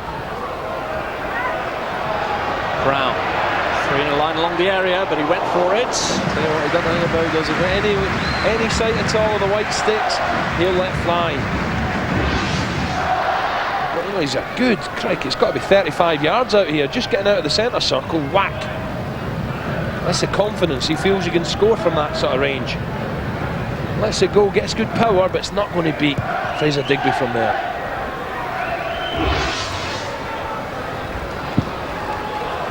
Jones scored the 1 goal already, and he's away from Gooden. And back at him off Brian Burrows. And the hand of Burrows touched it, and the penalty's given. Wow, we've got to see this again. I can't believe it. I think they might have hit him in the hand, but goodness me, surely this was ball to hand. The linesman's having none of it. There's terrible protest going on. And Brian Burrows can't believe it. Again, here's a right foot strike. Wow, just there. That's what they've given it for. And I don't think Burrows had any idea where the ball was. And that is harsh. I have to say, Andy Dursall acknowledging his linesman, going by his linesman's decision, and I think Brian Burrows is very, very unlucky here. Well, a delegation of players went over to see referee Andy Dursall's assistant about that. Yeah, Kinsella getting a bit of fisticuffs there on the edge of the box. It's really getting a bit heated here, and I have to say, I think it's a bad decision. Kinsella there arguing. There was a bit of pushing, there was arms flying about. But Steve McMahon's got to be disgusted now. What a time to get a second goal from Charlton, 4 minutes before half-time. The ref just calming the situation down as Mendonca lines up to put his side to her. He's missed the last 3 games with the rib injury. Is Clive Mendonca to mark his return with a goal from the penalty spot? He is! It's 2-0 Charlton. Swindon have lost a second goal at a vital time in the contest, and they're furious about the award of the penalty. Yeah, it was a good strike, wasn't it? His first strike on goal in this half. Digby goes the right way, so it has to be struck well, and that's just inside the post. That's a good penalty, but I feel sorry for Swindon. Mendonca on the right foot, tucks it away, 2-0. Digby's unlucky. The power and the pace beats him. It's 11 goals in 18 appearances for Charlton now. Clive Mendonca, which is a good return. They splashed out ambitiously in their terms, £700,000 on him, and the record signing has come up with the goods in terms of the goals. Yeah, Swindon have got to calm down now. You know, they're obviously bitterly disappointed. There's no point losing the head and getting the yellow card or the red card. They've got to play their way back into this match, and the manager, well, he's got to be very, very disgusted, really. I thought that was very harsh. And now his side, Brian Burrows, has got to forget that. They've got to be more adventurous, get forward more, try and get back in this match. Well, McMahon was aggrieved at the manner in which his team lost their last game to Middlesbrough. And I'm sure there'll be more words to say to the referee, if not at half-time, then at full-time.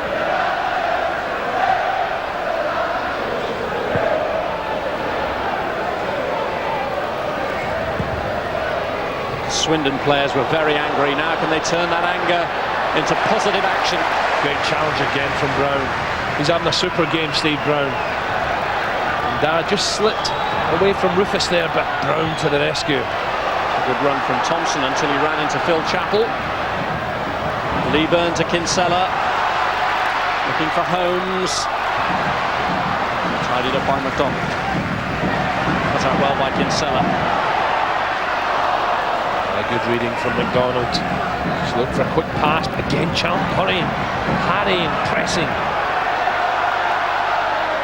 McDonald really sold Watson into trouble with that pass, and Leaburn here is Mendonca rather was trying to put pressure on Digby. Great time to score a second goal just before half time. Really Swindon, well, it's the old uphill struggle now. A mountain to climb. Holmes. Good play. He has been busy, Holmes. Jones. Holmes again. Mendonca turning away from McDonald. Here's Robinson.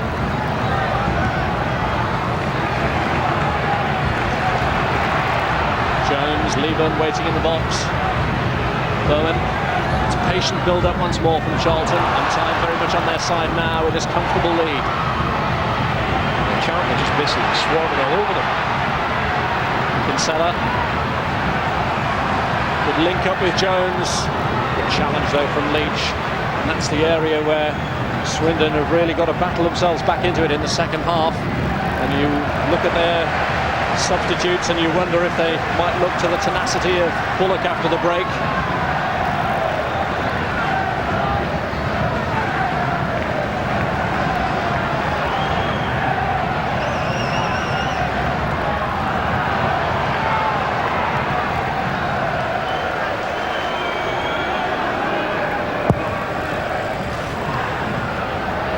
Swindon's form away from home has been a bit indifferent, whereas Charlton's home form is excellent.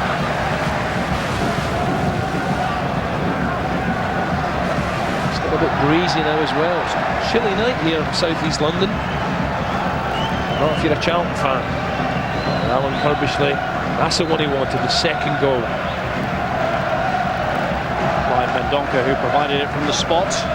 Almost a minute of stoppage time played in this first half, and the Charlton fans happy, while the Swindon fans will continue to dispute the decision that's given Charlton their 2-0 half-time lead. Andy D'Urso pointed to the penalty spot after consulting with his assistant over an alleged handball, and Clive Mendonca didn't let it get to him as he took the kick. This was the handball as it was adjudged from Brian Borrows. Furious protests when the kick was given, and Swindon already trailing to Keith Jones' earlier strike went 2-0 down when Mendonca slotted in the penalty that Andy D'Urso had awarded. Charlton 2, Swindon 0 is the half-time score. At the Valley, and Charlton are in control. They lead Swindon by 2-0.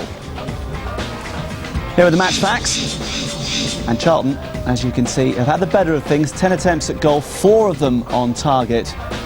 But despite that, Swindon will feel just a little bit aggrieved by the last few minutes of that first half. Just the one booking, Steve Brown of Charlton. And as far as the action areas are concerned, well, look at that. Charlton have dominated, and they've had much more possession as well. Perfect start for 20 minutes or so. Charlton completely dominated, then Swindon came back, and then the controversial penalty incident. We'll have another look at that in a moment. Paul Walsh and Neil Webb are my guests. Neil, for the first 20 minutes it was all Charlton, wasn't it? Yeah, they looked very impressive. Good movement, midfield players, good running forward, and they looked like they were going to tear Swindon apart early on. But like you say, once they got the goal, they seemed to ease off a little bit. Swindon got back into the game a wee bit, but the penalties killed them off now. Great well, here goal. comes the goal. Inside the first 10 minutes, it's a nicely worked move, and it's a very sweet finish, isn't it? It's tremendously well worked. I mean, it's a long ball out of defence, but I mean, good movement from everyone really concerned, and a really good finish in the end.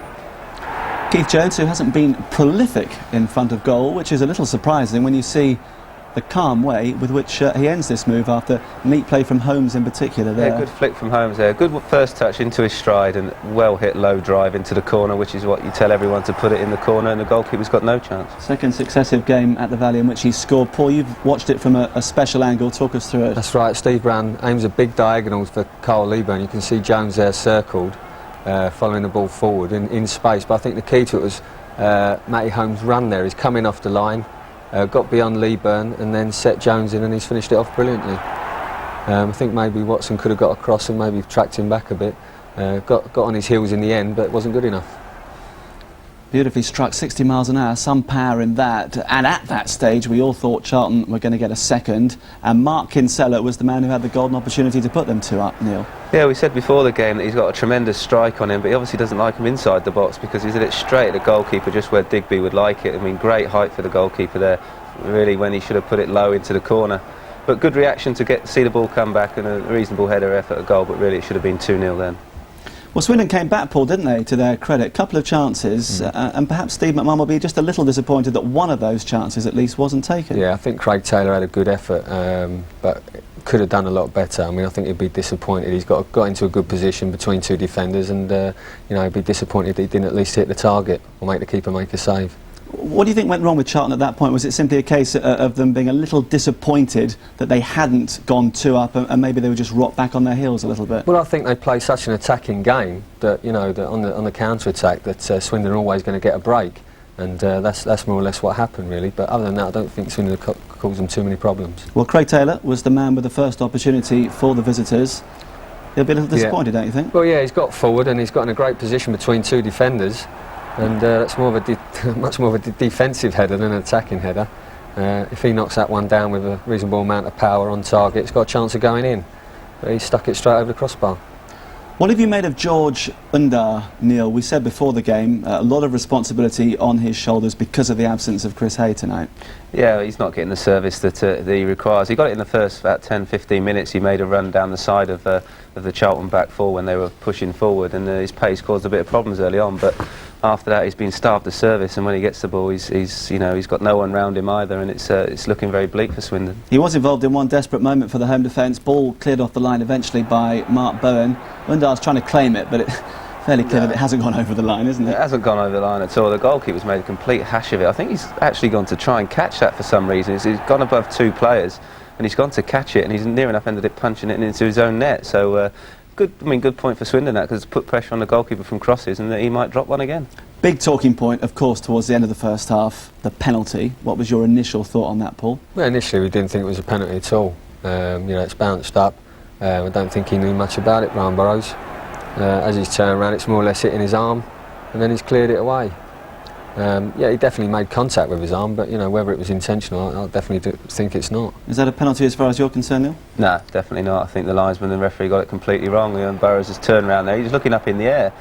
His arm's by the side of his body. It's not outstretched or anything, and the ball's hit it. It's a bad decision, really, and it's obviously put Swindon in a very difficult position now. You know Steve McMahon quite well. I imagine he'll have one or two things to say about that afterwards, won't he? I think the referee's door might be banged on a few times at half-time to have a quiet word in his shell, I think. But he's basically now just got to say to the players, forget about it, don't get wound up, don't lose your tempers, and try and get back into this game. But you can't really see it now. And all credit to Mendonca, because the actual penalty kick was perfectly executed, wasn't it? It was a great penalty. I mean, he's very calm, side foot, and I think he near enough puts it mostly the same side when I was at Grimsby with him, and it's right in the side netting, and the goalkeeper's got no chance.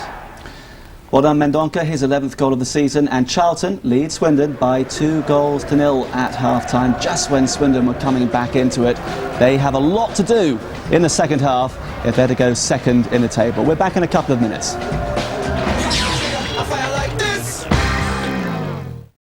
Time at the Valley, Charlton leads Swindon 2-0. The Swindon side has been back out for about 2 minutes already. Steve McMahon clearly not a happy man during the interval. Let's rejoin our commentators, Alan Brazil and Rob Hawthorne. Not a happy man with the way his team are 2-0 down, or the manner in which that has occurred, presumably. I bet he's had a few things to say about the referee's decision to give the handball verdict against Brian Burrows.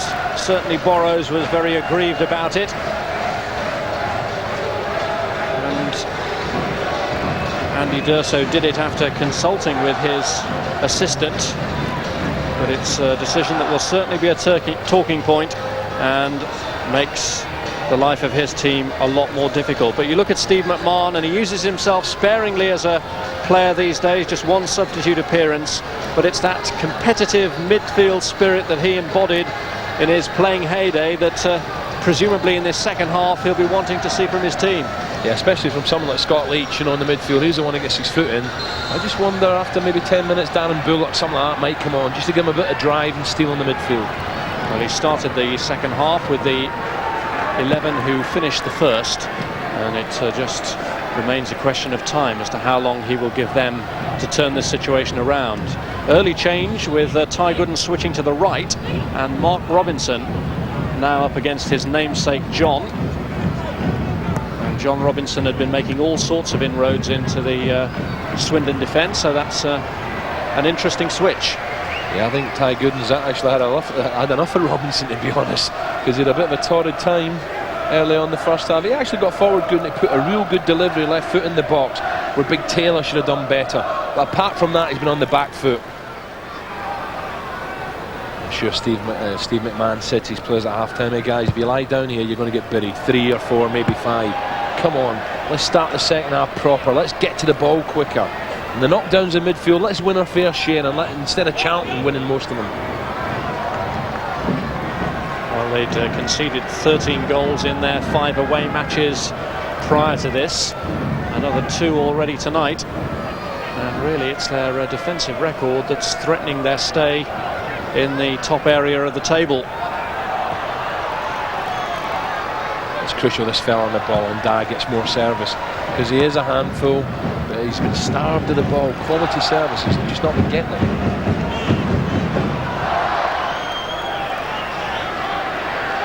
Here's Robinson. Clearance was by Chapple. Yeah, Chapple hasn't missed too much in the air tonight, has he? Just reads the game well. When the ball's going in, he's getting his fair share to it. Finney looking for Ndah.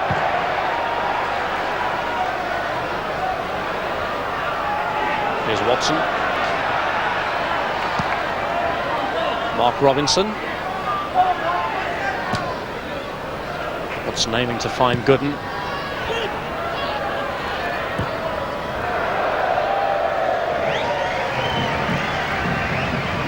Just drifting inside. The first touch was good, but the left foot power was never going to trouble Petterson.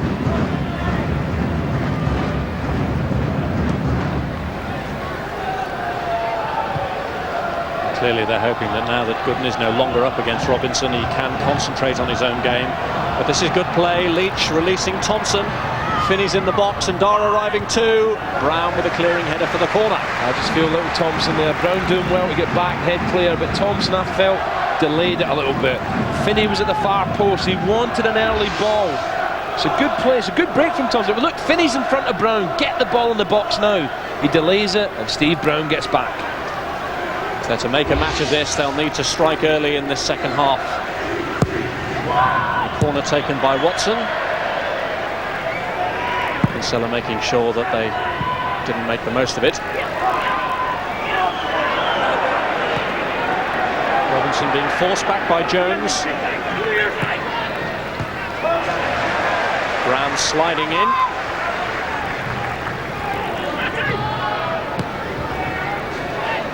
Borrows. McDonald. Yeah, I'm not sure Al McDonald was looking for Gooden there, or George and Ndah. In two minds, and in the end just giving it away. But this fella, he needs better service.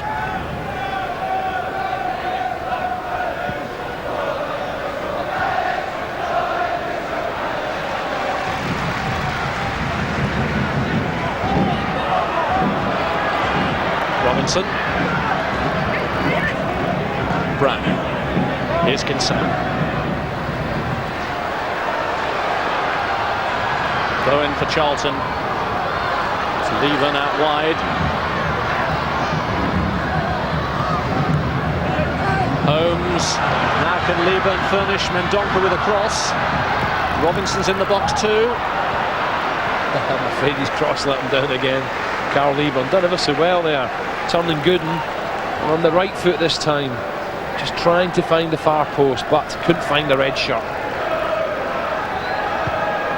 Carl Leaburn now the longest serving player at Charlton, into his 12th season with the club.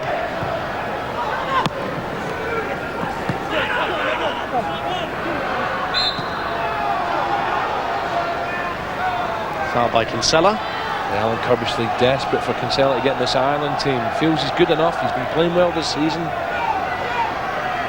He has been capped by the Republic of Ireland at under 21 level.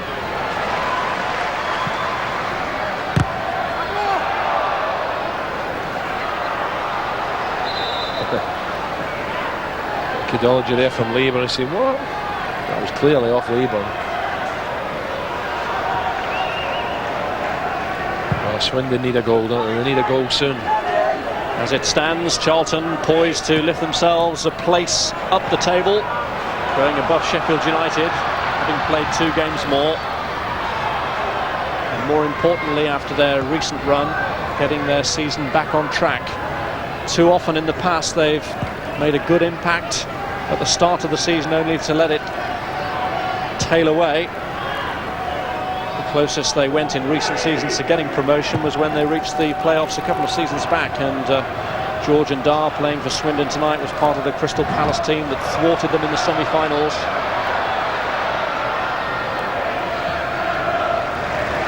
Here comes Bowen. Aim for Mendonca. Well, that is a glorious chance. Offside. Linesman offside, but a good ball from Mark Bowen. And Mark Bowen, he does like to get forward and got his fair share of goals at Norwich City. He whips this in. Mendonca just half a yard offside.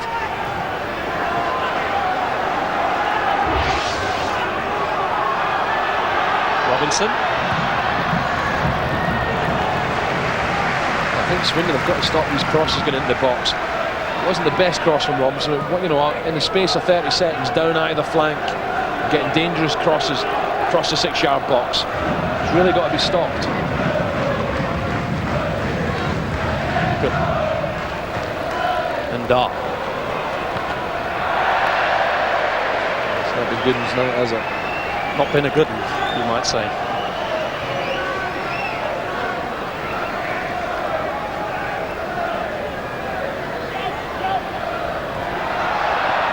Swindon players, there was no break at half-time for them. I think they had a bit of a rollicking from Steve McMahon, and they were out very early. They were hanging about for about 5 minutes on the pitch. And it is getting chilly here.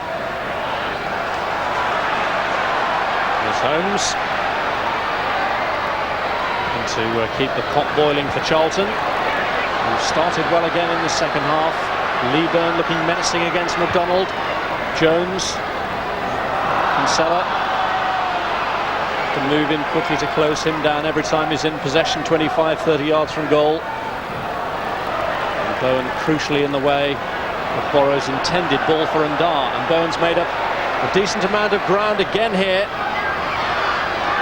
Mendonca has support from Holmes just behind him. Now Jones. Bowen. Holmes has made the run behind Gooden. Holmes made the run and then sort of half stopped. And Mark Bowen said go on then, but at that time it was too late. But Mark Bowen does like to get forward, so a good strike on him. If he gets in the box, very comfortable. Holmes this time, just a little misunderstanding. Holmes had a good first half, very busy indeed, making the first goal. Yep, Charlton just stepping up. Finney's got his arms in the air. Finney saying, look, give us it early, will you?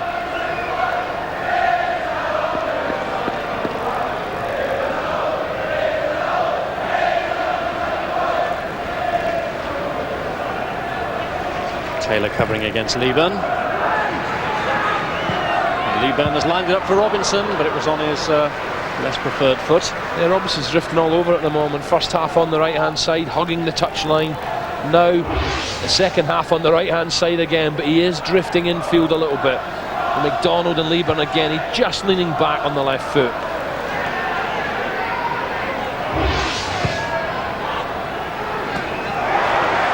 That's what you call a tackle.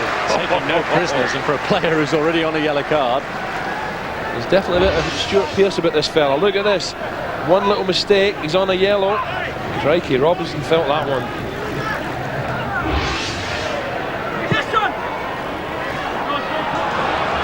Jones.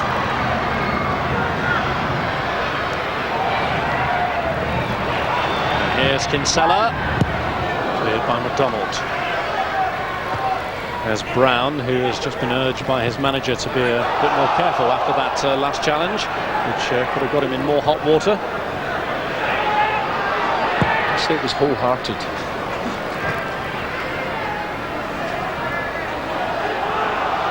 And 10 minutes gone. Swindon need a goal, don't they, in the second half? Desperate for something to lift themselves. Can Finney be the provider? Again, Finney hasn't seen too much of the ball. This time trying to provide with a left foot. That was a poor cross. Steve McMahon perhaps wishes he had Tom Finney at the moment to create some openings. My sides are bursting tonight, Rob, with your jokes. I tell you what, he's not laughing, is he? Intense concentration. He knows he needs a bit of magic from someone to get back into this match. Alan Kerbishley, who still wears the look of a worried man despite his team's 2-0 advantage.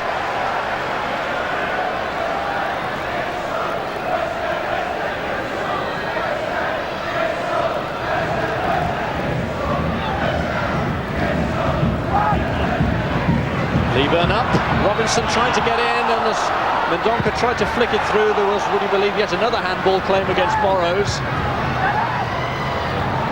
Leaburn's causing a few problems now. He's the target. Mendonca's turned well! 3-0 and an immaculate finish from Charlton's goal-scoring machine. Well, this is Mendonca at his best. Again, poor Brian Burrows. It's not been his night either. And when the ball's threaded in, watch this for pace. A quick turn, and what a quality finish with the right foot. Digby no chance, but lovely ball, just threaded in to Mendonca at the box. He gets a yard, and the finish is excellent. Burrows can't live with the pace, the power, and the right foot strike is past Digby into the back of the net. 3-0. Good turn, gets a yard, explosive finish. There can be little doubt that they've missed Clive Mendonca while he's been missing over the last few games. It was a firmly struck penalty towards the end of the first half, and that was superbly finished off for his second of the night. Yeah, just straying offside there, Mendonca, but he's hungry. He wants the match ball after the hat-trick. He scored one already this season against Norwich.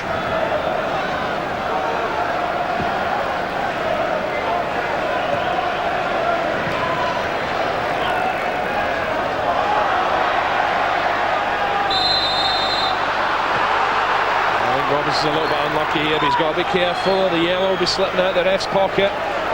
Yeah, calm down, calm down.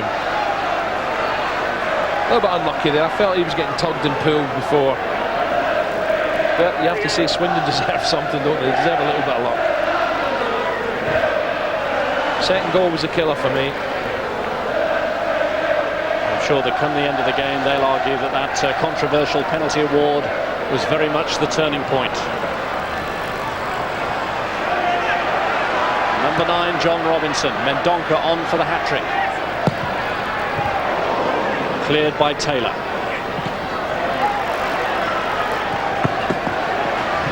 So Brown looks as if he's hurt himself there, Rob, in that challenge. Steve Brown, you know, he doesn't go half-hearted into tackles. He flies in. He's either been winded or looks him in a bit of trouble. Maybe it's the ankle he's turned. What a good game he's had as well. Just marred by that first half booking.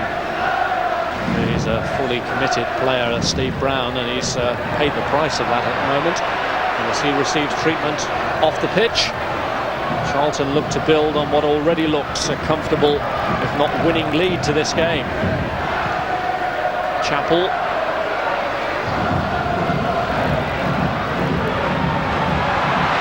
And Kinsella digging in well against Leitch. He was thinking of a strike, wasn't he? Holmes. Now Bowen. Holmes again. Handball, free kick. Yeah, it's one-way traffic now, isn't it? Swindon getting pegged back more and more. Already it looks as though for Steve McMahon's team this will be an exercise in damage limitation.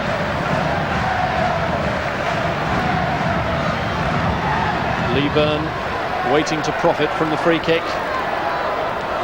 Mendonca looking for his hat-trick, sliced in by Kinsella. Not the most emphatic clearance by Taylor. Kinsella, Jones. And Leitch battling hard with Kinsella. Watson it was who ferried it clear to Robinson.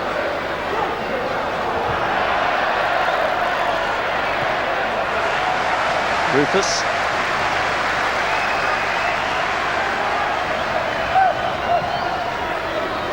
Leaburn. Steve Brown is back on for Charlton.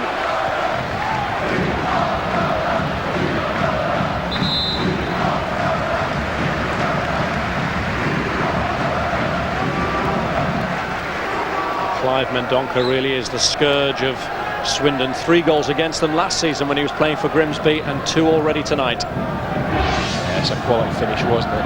Bowen again getting in an advanced position, threads it in. He just gets half a yard on Burrows, and when he gets half a yard, his power, his strength, and that's a quality finish with the right foot.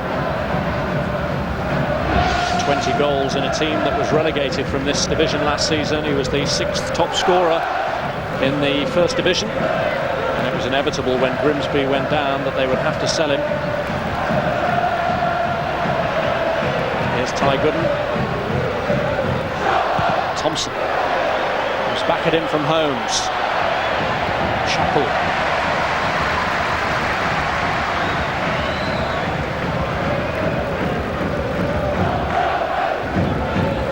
Previous horror stories that they've suffered at Manchester City, where they let in 6, and Stockport, where they let in 4, must be coming back to haunt Swindon now, because Charlton look hungry for more. Yeah, I agree with that, Rob. They do look hungry. They're enjoying this match tonight.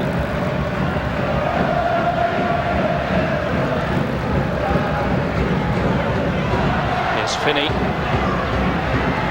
And he's pulled it back well, but it's turned away by Chapple. First time Finney's maybe got the better of Rufus, but his Rufus counterpart Chapple getting over there to read the situation well. Just threaded in. This is a good turn from Finney. Rufus beaten, but Chapple there with the right foot conceding the corner. Header overs by Craig Taylor. Yeah, once again, couldn't get over the ball, Taylor.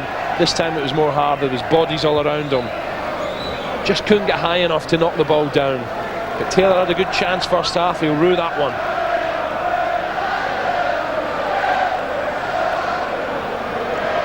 Well, it looks as though Steve Brown may not last the course of this game, because Anthony Barness is getting ready to come on. Yeah, he's still hobbling a bit round.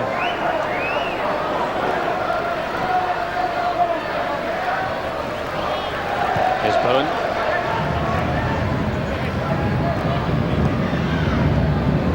Played off by Leaburn.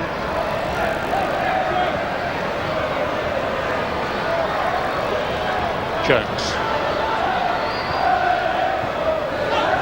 Mendonca. Bowen.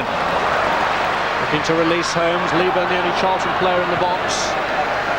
Once again, Charlton, the boss in the midfield, Rob, aren't they? All the knockdowns, they're too busy, they're too quick in there for some of the Swindon boys. And in an attempt to stem that flow, it looks as though Swindon might be about to try and stiffen up their midfield. A substitution planned by them. In the meantime, Charlton making their change as Steve Brown goes off to be replaced by Anthony Barness. And the anticipated change of Swindon is the introduction of Darren Bullock, which may follow hot on the heels of Barness's introduction. Bullock coming on to take the place of Kevin Watson. Well, if they need a bit of power and muscle in there, this fella's got it.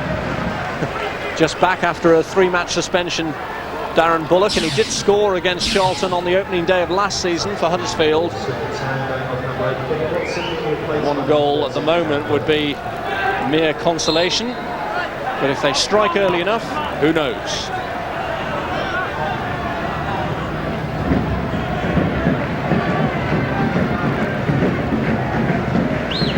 Stella's got a good game again, Rufus.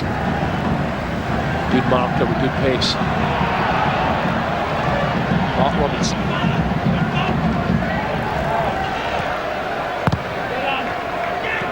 Bullock. Kinsella. Mendonca. try and wriggle away from McDonald. Barness came in with a shot that was blocked by Darren Bullock.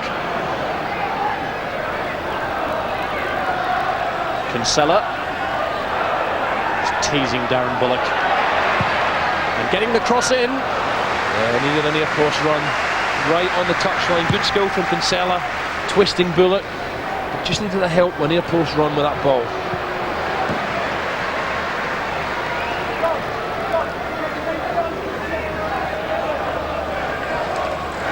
Really is that midfield area where Charlton's supremacy has been marked. And Kinsella and Jones have played a full part in that. Cleared by Chapple. Leitch! Nice height for Petterson. Leitch seemed to slice the ball there. It was drifting away to the far post, but Petterson had it covered.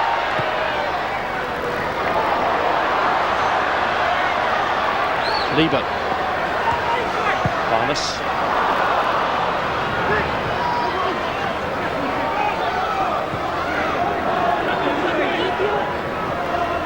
Robinson. Here comes Finney. Again, Charlton making it so difficult for Swindon. All behind the ball, working hard, chasing, putting pressure on. And Swindon have to go back again.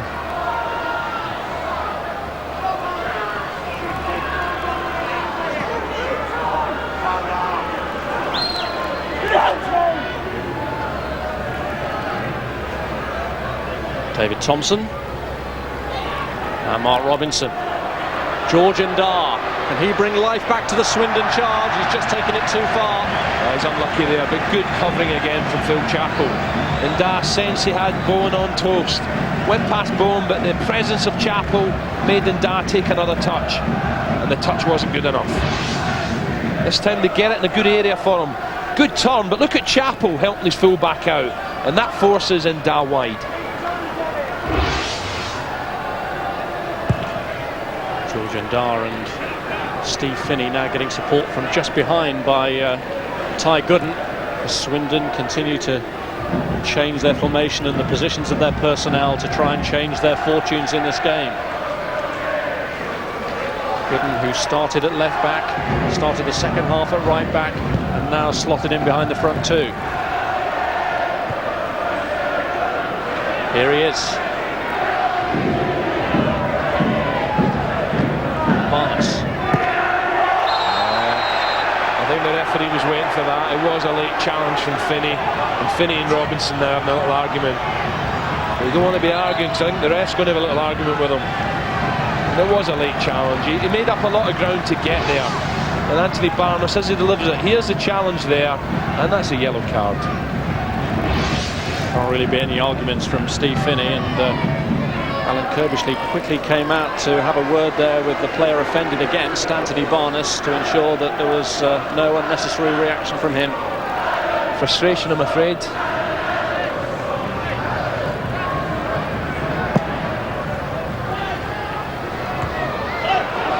Bullock. Again, it falls to Charlton player. The knockdowns. Charlton have really worked hard. Barness. Here's Kinsella.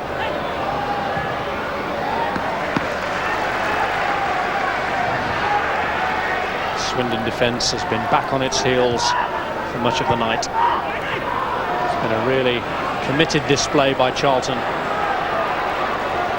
Hard work in every area of the pitch is demonstrated now by Robinson, tussling away with Leitch, giving away the free kick. It's getting a little bit heated now. There's a few little niggles going all around the pitch. Robinson involved here with Leitch.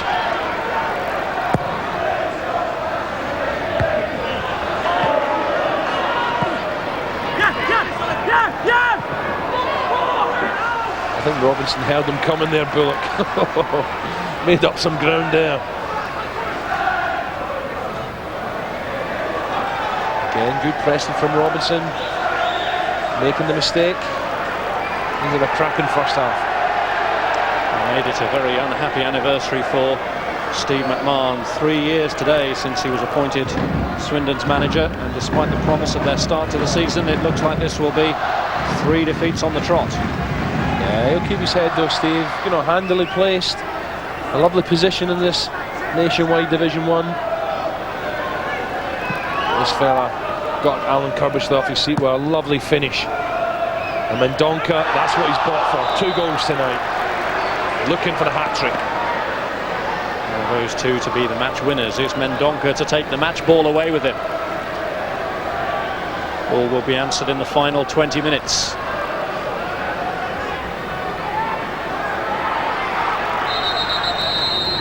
Plenty of targets here for Kinsella to aim at. And the ref just telling Leitch to get back 10 yards. Chapple at the far post. Steering it towards Leaburn. Leaburn held off McDonald, tried to tee it up for Jones, and Gooden got back. I felt McDonald had to be careful there as Jones was arriving in the layoff. His arms were right round Carl Leaburn.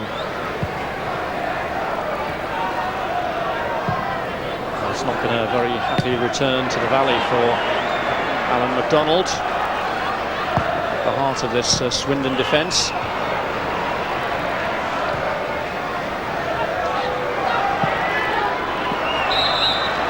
Chapple stepping up, him and Bowen working well, and Ndah frustrated, disappointed.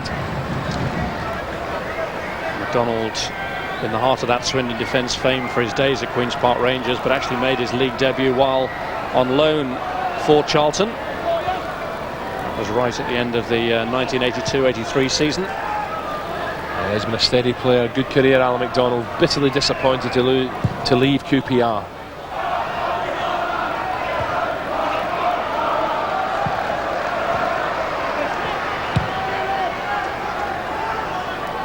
Here's Richard Rufus.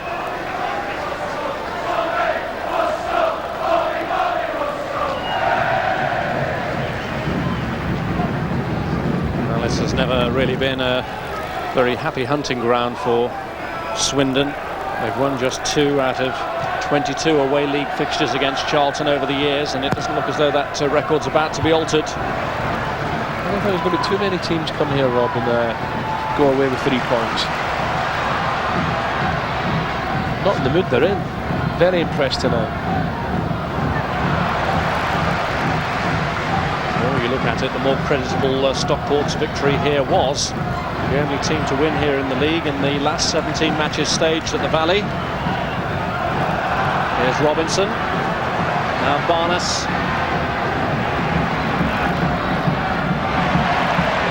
Winding well again with Robinson. Here's Kinsella.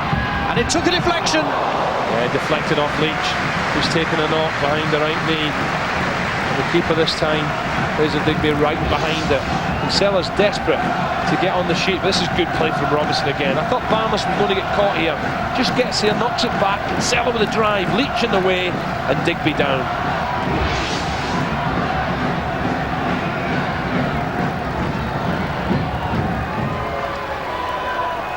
Thompson. Gooden. Hoped for a foul to be given against Kinsella, but it wasn't forthcoming. And now Robinson has released Leaburn. And Holmes has come forward looking for it. But he's looking for Mendonca. And there's Jones! Well, that's a glorious chance, isn't it? Thompson just getting his sight, his line of sight there. David Thompson getting back. But Leaburn picked out Mendonca. Mendonca, you know, good ball from the big fella striker. Just comes inside. I thought he delayed it a bit, but with the left foot finds Mendonca. Jones with a run. There's Thompson getting back and just puts him off. That could have been number 4. Good vision from Mendonca. Thompson in the way and Jones over the top. Here's Jones, who's had the opportunity for his double, just as Mendonca has already managed for Charlton. But as it looks, the lead is fairly comfortable, and Charlton have been well worth it, it would seem,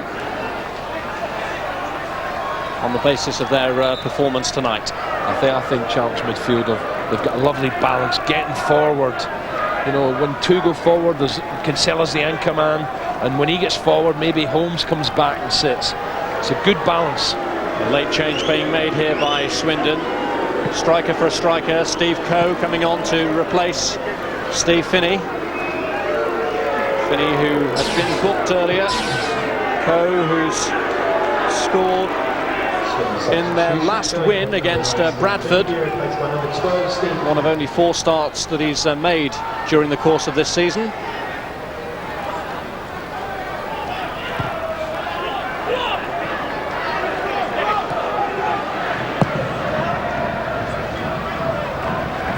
whichever way you look at it now, another win for Swindon is looking more and more unlikely.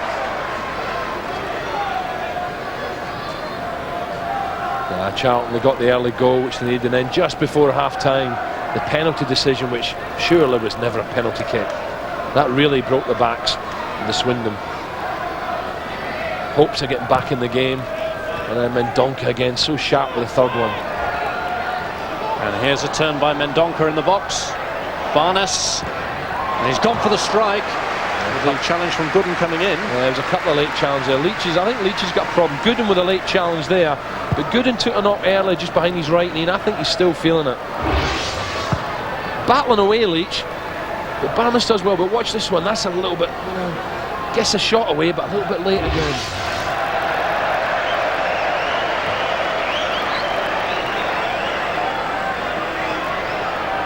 I think Phil Chapple might be struggling a wee bit as well. He picked up an early injury, just had a word with the bench. Probably a little bit concerned, but go on, try it for a couple more minutes. If you're struggling, off you come. Maybe an abdominal strain that Alan Cobish's attention has been drawn to.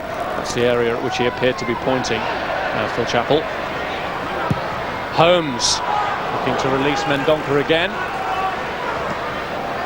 Leitch is the player who sitting in the centre circle with an injury problem that may well rule him out of the rest of this game. Yeah, it was a few moments earlier, Robbie. Definitely took a knock behind the right knee, and he looks to be really struggling.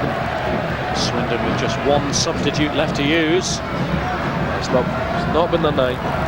Outplayed for most of the game against a very, very sharp Charlton side. And more injury problems for Steve McMahon. As if he hadn't got enough problems already, but you're right really in that first half penalty decision really broke the hearts of his team. They'd had a spirited spell just before. And then he's going to have to get his boots back on soon. Well, Leitch has only recently returned to the first team after injury, and it looks like another bad setback for him. It's the knee that's the problem. Well, he's been involved in a couple of ferocious challenges. Again, wholehearted player, but it's definitely the right knee. Clutching about 5 minutes ago, behind the knee. Let's hope it's not too serious.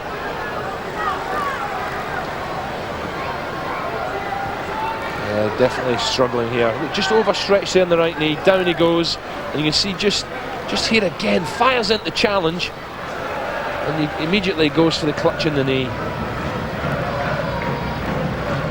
Yeah, he's struggling. Let's hope he's not too bad. An unfortunate end to the evening for Scott Leitch. And on in his place comes Ian Culverhouse. 4 off and 14 on. Ian Culverhouse on opposite sides tonight to Mark Bowen, the man with whom he formed such an effective full-back pairing over 7 seasons with Norwich.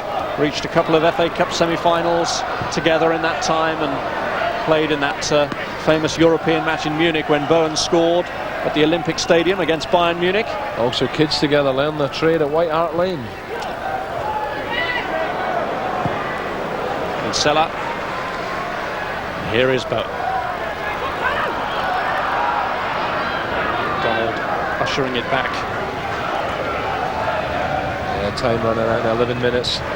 Really Charlton, I think, okay, the penalty decision was dodgy, but really I think they've played very, very well and deserved this lead.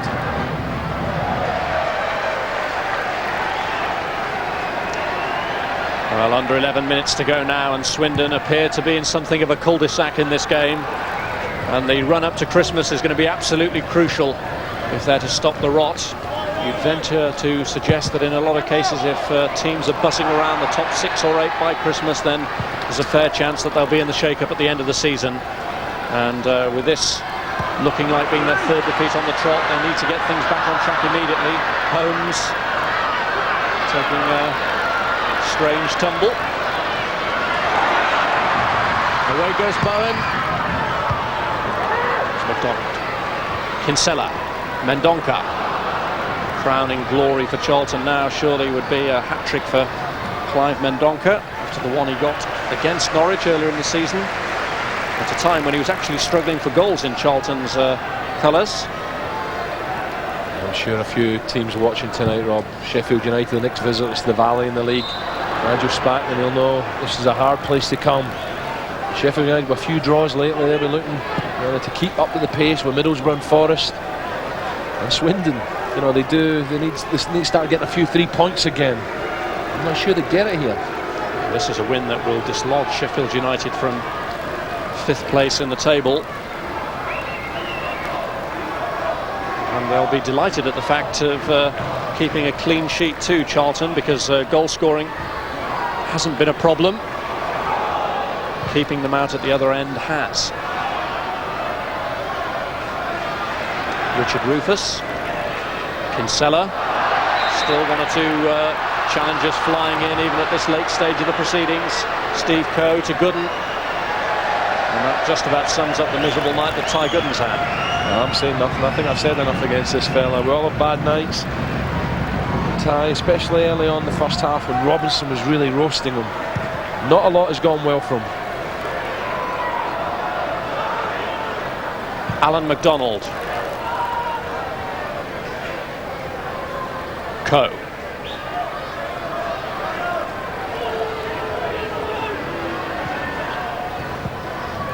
Bullock.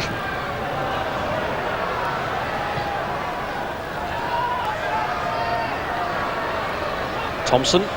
You look at the Swindon, the goal stats, Rob, and with Hay so prolific, you look to the next one, and really with Hay not being here tonight, they were always going to be struggling for chances in and around the Charlton box. And that's been the case tonight. And Ndah really hasn't had too many clear-cut chances. In fact, Big Taylor in the centre-half's probably had a couple, especially the header first half. I think George Ndah is going to be a good buy for Swindon. Just needs a bit of support and a bit of better quality service.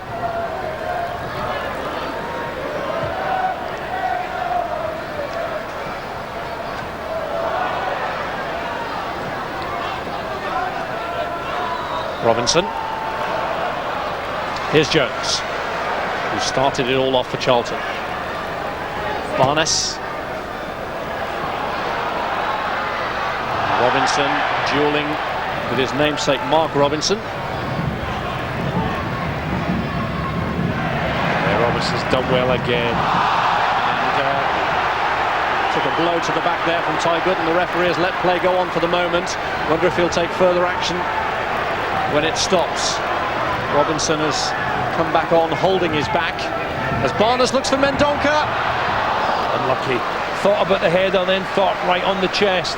But McDonald this time gets his foot in. Well, now the referee is stopping play, and he's certainly at least going to have a word with Ty Gooden over that challenge. Yes, and it looks as though he's reaching for the card. Gooden hasn't escaped the referee's notice. Certainly late, Rob, wasn't it? After great work again from Robinson, but there is a challenge there. It's not nasty. He just catches him late.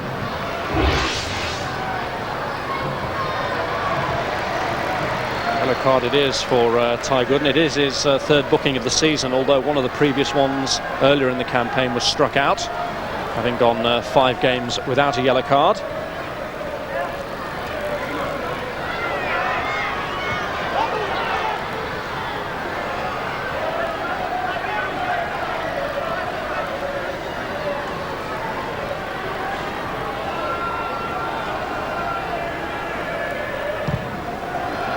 McDonald.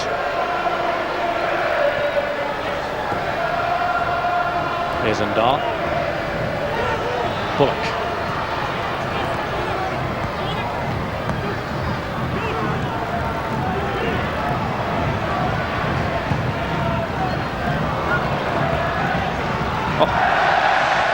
One centre-half to another. Good ball from McDonald, but Taylor thinking about the pass before the ball was under control.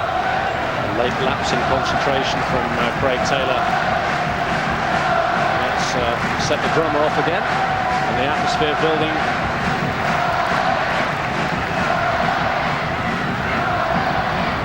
So to be a crescendo in this last 5 minutes with a 4th Charlton goal.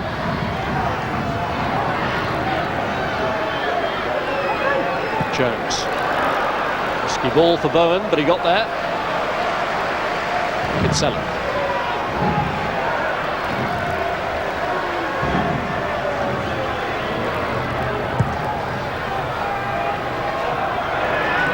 McDonald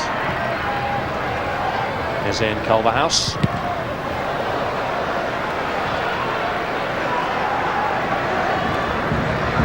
Reminder of the football coming up on Sunday with a choice of viewing for you. The Scottish Coca-Cola Cup final, Celtic against Dundee United from 2 o'clock on Sky Sports 3, and top Premiership action on Sky Sports 1 from 3 o'clock.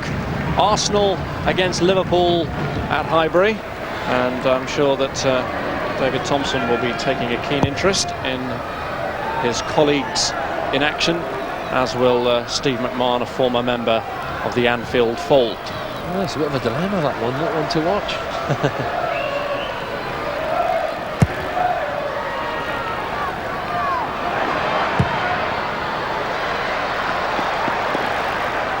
Now 4 minutes left for Mendonca to try and snatch his hat-trick. You know, the game is gone for a Swindon fan, and Mendonca, he wants one more to add to his impressive tally. Kinsella. Richard Rufus. It's too long for John Robinson, who's had a great night, but even that was asking a lot of him. Yeah, I think he's had a smashing match, but there's 1 or 2 Charlton players as well have been excellent. Alan Kirbysley must be absolutely delighted with this. Yeah, he believes they can stay here. There's no flash in the pan. His 3rd season in charge now, Alan Kirbysley, or in sole charge.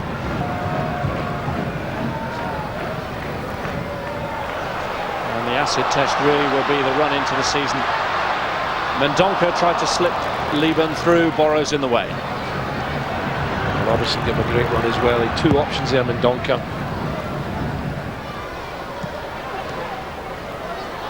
Here's Culverhouse. Gooden.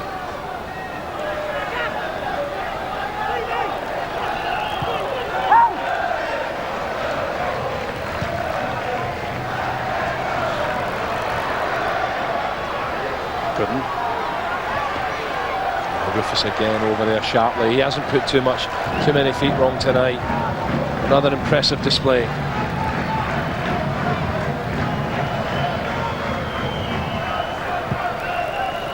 Thompson. And still, well, he was appealing for the penalty, or certainly Cowe was on his behalf. Thompson been one of the brighter spots for Swindon this evening. Bullock. And in comes Mark Robinson. George and Ndah.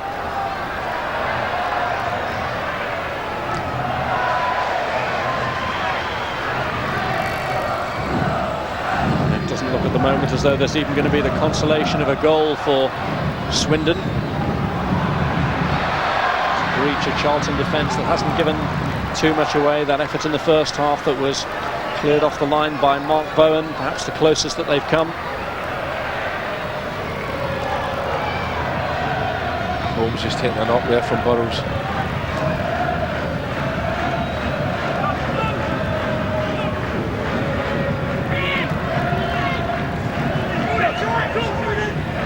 Swindon battling away to the end.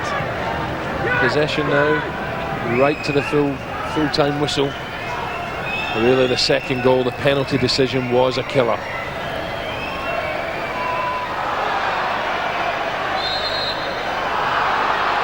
Free kick given against Jones. And 1 or 2 candidates, Alan, but who are you going for as your man of the match? Well, it's got to be a Charlton player. I think Kinsella was excellent. He really has been involved. Mendonca, of course, with 2 goals. But I think the last time we're here to give it to him as well is John Robinson. First half, superb. You know, really tore Gooden apart. And the second half, he's walked up and down this wing, this flank, and I think he deserves it once again. Man of the match, Robinson. Well, can Charlton protect their goal to the end? It's a free kick, and Bullock is very ambitious here. And straight back off the wall. Mark Robinson.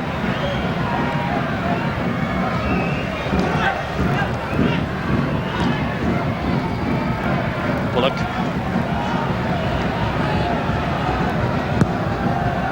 Turned away by Rufus for the throw-in.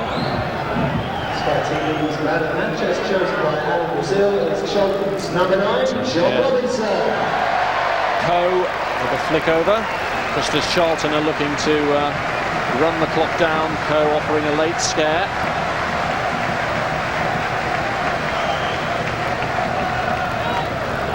Yeah, it's been a miserable night for Swindon. I think Charlton, came out firing on all cylinders.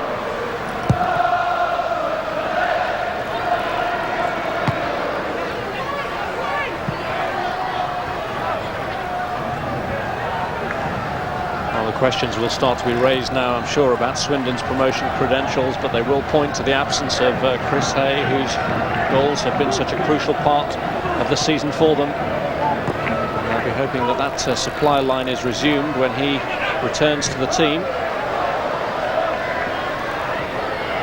It's great when you get a prolific scorer, but someone else has got to chip in a few goals as well. Steve McMahon lost Peter Thorne to Stoke and knew he had to replace him, brought in Hay, and the departure of Allison forced on him by his contractual situation too. George Ndah, the latest purchase, scored on his debut but lost on that occasion to Middlesbrough, and it looks like being 2 losing starts in a Swindon shirt for him.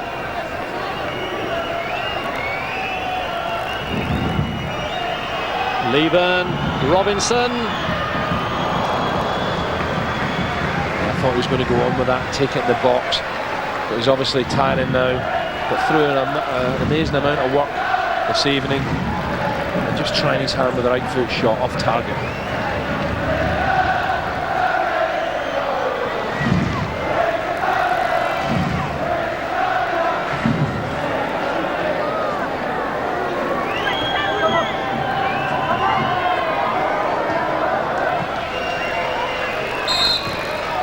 Charlton back in form at an opportune moment. Alan Kirbishley's side proving yet again that they're going to be a very difficult proposition, particularly here at the Valley.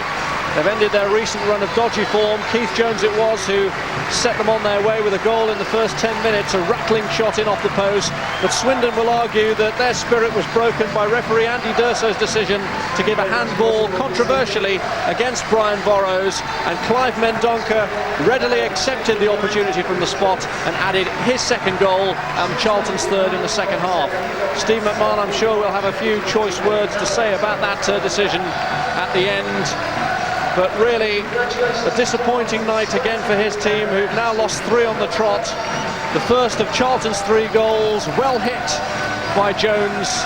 And this, the decision, well, was there an intentional handball? Certainly Brian Burrows felt aggrieved, but Clive Mendonca forgot all about the fuss and dispatched it with comfort. But that finish was surpassed by his second half effort, which really killed off Swindon's challenge for good. Charlton 3, Swindon 0. That was an emphatic victory, wasn't it? Still to come tonight over on Sky Sports 1 at 10 o'clock. It's the Sky Sports Centre, followed at 11 by this week's edition of Hold the Back Page. Here at 10, it's cricket, highlights of day 3 of the 3rd test between Australia and New Zealand. And over on Sky Sports 3, it's the wrestling action in WWF Raw. Here after the break, reaction from the Valley, home of the leading scorers in English football now. Charlton up to 5th, Swindon stay 4th, but they've lost 3 in a row. Charlton have recorded a very emphatic 3-goal victory against Swindon Town to move up to 5th place in the First Division. And the facts emphasise the ease of their victory. 16 attempts at goal to Swindon's 7, 6 on target. Perhaps surprisingly, Swindon had more corners. Didn't do much with them, though. 3 bookings. Steve Brown of Charlton, Steve Finney and Ty Gooden for the visitors. And the action areas, well, the surprise is that over the 90 minutes Swindon shared the possession, but as far as the attacking ideas are concerned, well, it was all Charlton. We can now hear from the man of the match, John Robinson, and the 2-goal hero, Clive Mendonca. Is it fair to say that was the perfect response after last week? Yeah, obviously we had to bounce back. We knew it wasn't a good performance up the Forest. We knew we had it in us to bounce back, and it showed out there, I thought, tonight. And as for yourself, is this the best form of your career? Well, apart from last week, no, it's nice, but it's just getting consistency, so hopefully I can try and do that a little bit often. I believe now you're the top scorers in English football. Yeah, that's right, thanks to this man here. If you can bring him in, sorry about that, John, if you can bring you in, that's what, 12 for the season. Is this the best form of your career? Well, I don't know about that really, but it's just nice to get 3 points tonight, and I'm delighted to get 2 goals. You got 3 against Swindon last season for Grimsby, another couple tonight. Is it something personal? No, not really. I mean, I'm not bothered who I play against really, as long as I score goals. It's always a nice feeling. Now, you've been out for the last 3 with a rib injury. Was there any reaction to that? No, not really. I mean, I played early on the week against Ipswich in the reserves, and I come through that. Unfortunately, it was all right again tonight. Now, I can put it to both of you. How far do you think this club can go? Well, I mean, I think we've showed this season so far. I think we're a match for anybody on our day. So hopefully, I mean, if we can keep it going, I can't see why not, really. John? Yeah, that's right. We just got to try and put the consistency together. Got another important game Saturday. Don't want to slip up away to Reading, so hopefully we can try and go there and get at least a point. Well done tonight. And John, you're nationwide man of the match again. Is there something going on between you and Alan Brazil? I don't know really, but obviously I'm pleased, obviously. Well done. Well done, mate. Cheers. 2 men in form. Well done to Clive Mendonca and John Robinson, and well done to my guests Paul Walsh and Neil Webb, who both said it would be a home win, and in the end, Neil, that was very, very comprehensive, wasn't it? It was. Charlton started the game exceptionally well, good passing, good movement, and in the end Swindon had nothing to offer, especially going forward. In the second half it was very dour game second half, and Charlton just got the 3rd goal which they needed. They started the game superbly, Paul, didn't they? First 20 minutes, Swindon hardly got a kick. That's right, I thought they was much brighter all around the park, sharper, ideas and everything really, and I think the 2 wide men for Charlton, Matty Holmes there, just laying in Jones, and the man of the match, John Robinson, had excellent games, a pair of them. Sweet finish for Keith Jones, their 2nd game running at the Valley that he's scored. A little bit of help from the post, but that was a sweet move. What did you make of Swindon over the 90 minutes? We thought they might struggle without Chris Hay, but they got back into it in the middle section of the first half, didn't they? Well, I think they might have had a 10 or 15 minutes just after half time where they brightened up, and that was probably from a roasting from Steve McMahon at half time. But other than that, I think then they just dropped back to, you know, pretty mediocre form again. Charlton always looked brighter and the better team for me. Kinsella here with a couple of chances. Yeah, just going over there. I think Brian Burrows probably had a night that he probably wants to forget. He was involved in the penalty, a little bit of poor positional play for the first goal, and again for Clive Mendonca's goal. Steve Brown with a superb free kick. The goalkeeper, full stretch, does quite well, doesn't he? He does, yeah. It was a great save from Fraser Digby. He was, busiest of the 2 goalkeepers by far, and Charlton up front and shoot from distance. They've got, a lot of good players that can really strike the ball well. I mean, that was, I think, Swindon's best chance there when the goalkeeper made a bit of a hash of it. George Ndah tried to claim that it had gone over the line, but Mark Bowen was in the right place at the right time, wasn't he? Yeah, nowhere near going over the line, and that you couldn't even say this was a turning point in the game, because I don't think it was a penalty, because he's looking in the air, he doesn't know where the ball is, and it's hit his arm. But then again, you can't give that man Mendonca a free shot at goal from 12 yards, because he will end up in the back of the net. Superb penalty, and of course he gets another in the second half, and we were discussing during the second half, do you think he is a good enough striker to perform well at the highest level?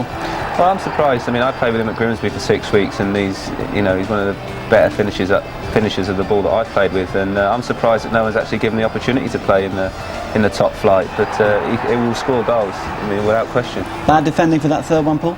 I thought so, yeah. Brian Burrows got the wrong side of him, and he's turned him brilliantly. It's a good turn, and he's finished it off great, but I think the defending could have been a bit better, for sure.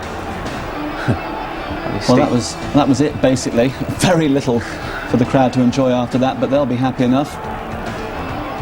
Very good win for Charlton Athletic, and Swindon have 1 or 2 problems, having now lost their last 3 games, and they can't wait to have Chris Hay back after suspension. He's got another game to sit out though before he can return. Here's the table. No change in the bottom half. Huddersfield, Portsmouth, Oxford, Reading and Manchester City propping up the rest. Top half, and we see Charlton up 1, moving above Sheffield United, and Swindon stay where they were in 4th place. They're still handily placed, but they need to get back to winning ways just as soon as they can. Well, we can now talk to the Charlton manager, Alan Kirbishley. Good evening, Alan. Good evening. You must be very pleased with that performance. Oh yes, I felt that we didn't play as well as we have done in recent weeks, but we got the result, and I think we may have got a little bit of luck when we just needed it. We haven't had much this year, to be fair, but I think the penalty, I haven't seen it, but from where I was, may have been a little bit lucky for us. But you know, I think the overall performance deserved 3 points. Well, here's another look at the penalty, Alan. What do you make of it after seeing it again? Well, I was wondering what Keith Jones was doing there, really. He doesn't get in there, but the last couple of weeks he started getting into the box, and we couldn't really see it, but the way everyone appealed, and then the linesman gave it straight away. I looked over at the linesman, and he's the one that gave it straight away. But as I said, we've not had much luck. I think plenty of managers around the country, you know, Peter Reid and Ray Hartford in the last 2 away games have said the same thing. And perhaps we deserve that little bit of luck tonight if that wasn't a penalty. But obviously put us in the driving seat. And you must have been delighted to have Clive Mendonca back after 3 games out with his rib injury. He's something special in front of goal, isn't he? Yeah, that's right. It's not just his goal scoring, it's just the rest of his game. He brings people into it, and if we can get balls into his feet, then we can cause all sorts of trouble. But the thing what's happened here at this club this year is that people have come in. I mean, Bradley Allen came in for the 3 games that Clive missed, and he scored 2 goals, and you know, shouldn't really have been left out today. But we've got a decent-sized squad. You're the leading scorers in the country. We noticed before the match that you had conceded quite a few this season, so a clean sheet is an added bonus, I suppose. Well, yes, and we wasn't any cautious tonight. We went out with the same game plan, but I just felt that the last couple of games, especially the Forest game, we didn't really give Forest the respect they deserved, and they took full advantage of it. But tonight, I think we competed all over the park. And as I say, thoroughly deserved the 3 points. And are you confident that you can keep this up for the rest of the season? Yeah, we feel very confident. I think, you know, it amazes us that people are surprised we're in the top 6, because really, the last 3 or 4 years we've always been in the top 6, just to fall away at the end. And hopefully this year, with the size of the squad, we may go all the way. Well done tonight, Alan. Thanks for talking to us. Thank you. A very happy Charlton manager. Paul, I started the programme by asking you whether you thought Charlton were genuine promotion candidates. Have you changed your mind a little bit after seeing them tonight? Yeah, I think you made a good point there about the size of the squad. I mean, if he has got a bit more depth in the squad, then obviously you can cater for injuries and suspensions and what have you, and that obviously helps, and he feels that they've got that squad now. But I wasn't so sure, but after seeing tonight's performance, I think, you know, they've got every chance on what I've seen in the First Division up to now. Neil, would you go along with that? Yeah, I mean, like I said, the first half performance was very good. The movement and passing from everyone in the Charlton team. They're a very attack-minded team, which is great to see. It's just as long as they can shore up the defence, and they did tonight without any problems. Well, let's have a look at the goals again. As we say, first 10 or 15 minutes, they were superb. And Keith Jones, who scored in the last match, seems to have got a liking for putting the ball in the back of the net. Here's the special camera angle that you looked at again, That's right, Paul. there he is, yeah, Times his run well, doesn't he? He does, yeah. Matty Holmes getting forward as well, in off the left flank, and he just sets him in nicely. I think Alan Kirbyshire was just saying that he hadn't been getting forward at all up until recently. He's got the bug now. I think he wants to get in the box all the time. The perfect start as far as Charlton were concerned, and it got better. 2 more for Clive Mendonca. We can now speak to the Swindon manager, Steve McMahon. Steve, not the happiest of anniversaries for you? Well, I'm not really interested in anniversaries at all. I think it was a poor performance by us. No excuses at all. What about the penalty? Well, I haven't seen it again, but maybe you can shed some light on it, Marcus. Here it is now, Steve. Have another look at it and tell us what you think. Well, there's nothing happened there up to now, is there? I mean, our first impression, I've got Paul Walsh and Neil Webb with me, we thought it was perhaps a little bit harsh, and we imagined that come half-time you weren't the happiest of men. I can't see anything at all, but it's definitely not a penalty. I had a word with the linesman and the referee. They give decisions, you can't help that. But it was the overall performance I was more concerned about, not a referee's decision. That didn't stop us going on and getting beat 3-0. Referee's decisions. It was the way we played. It was your 3rd successive defeat, Steve. How confident are you can turn things round as quickly as possible? Well, we need to. I think we've stopped doing the things in a couple of games anyway that we've been Stockport away, and especially tonight. We've stopped doing the things that have got us in a decent position. Once you stop working harder, once you stop doing the right things for each other, then you're going to struggle, and we certainly struggle tonight. And briefly, I'm sure you'll be very happy to have Chris Hay back just as soon as you can. Yes, I will. We've missed him, I suppose, but that's no excuses. You know, I'm very, very disappointed. The players are disappointed. They've let themselves down again. We need to pick ourselves up. You know, we've got a big game on Saturday against Oxford. We need to battle for that one, that's for sure. Thanks for talking to us tonight, Steve. Thank you. Disappointed Steve McMahon. Final thoughts about Swindon. Paul, can they bounce back? Well, I'm sure they can. As you can see, Steve McMahon's very disappointed with their overall performance tonight, and I just think that they might rely on Chris Hay too much this season, and they've got to start scoring goals from other areas of the pitch. 10 seconds, Neil. Can Swindon keep in the playoff hunt?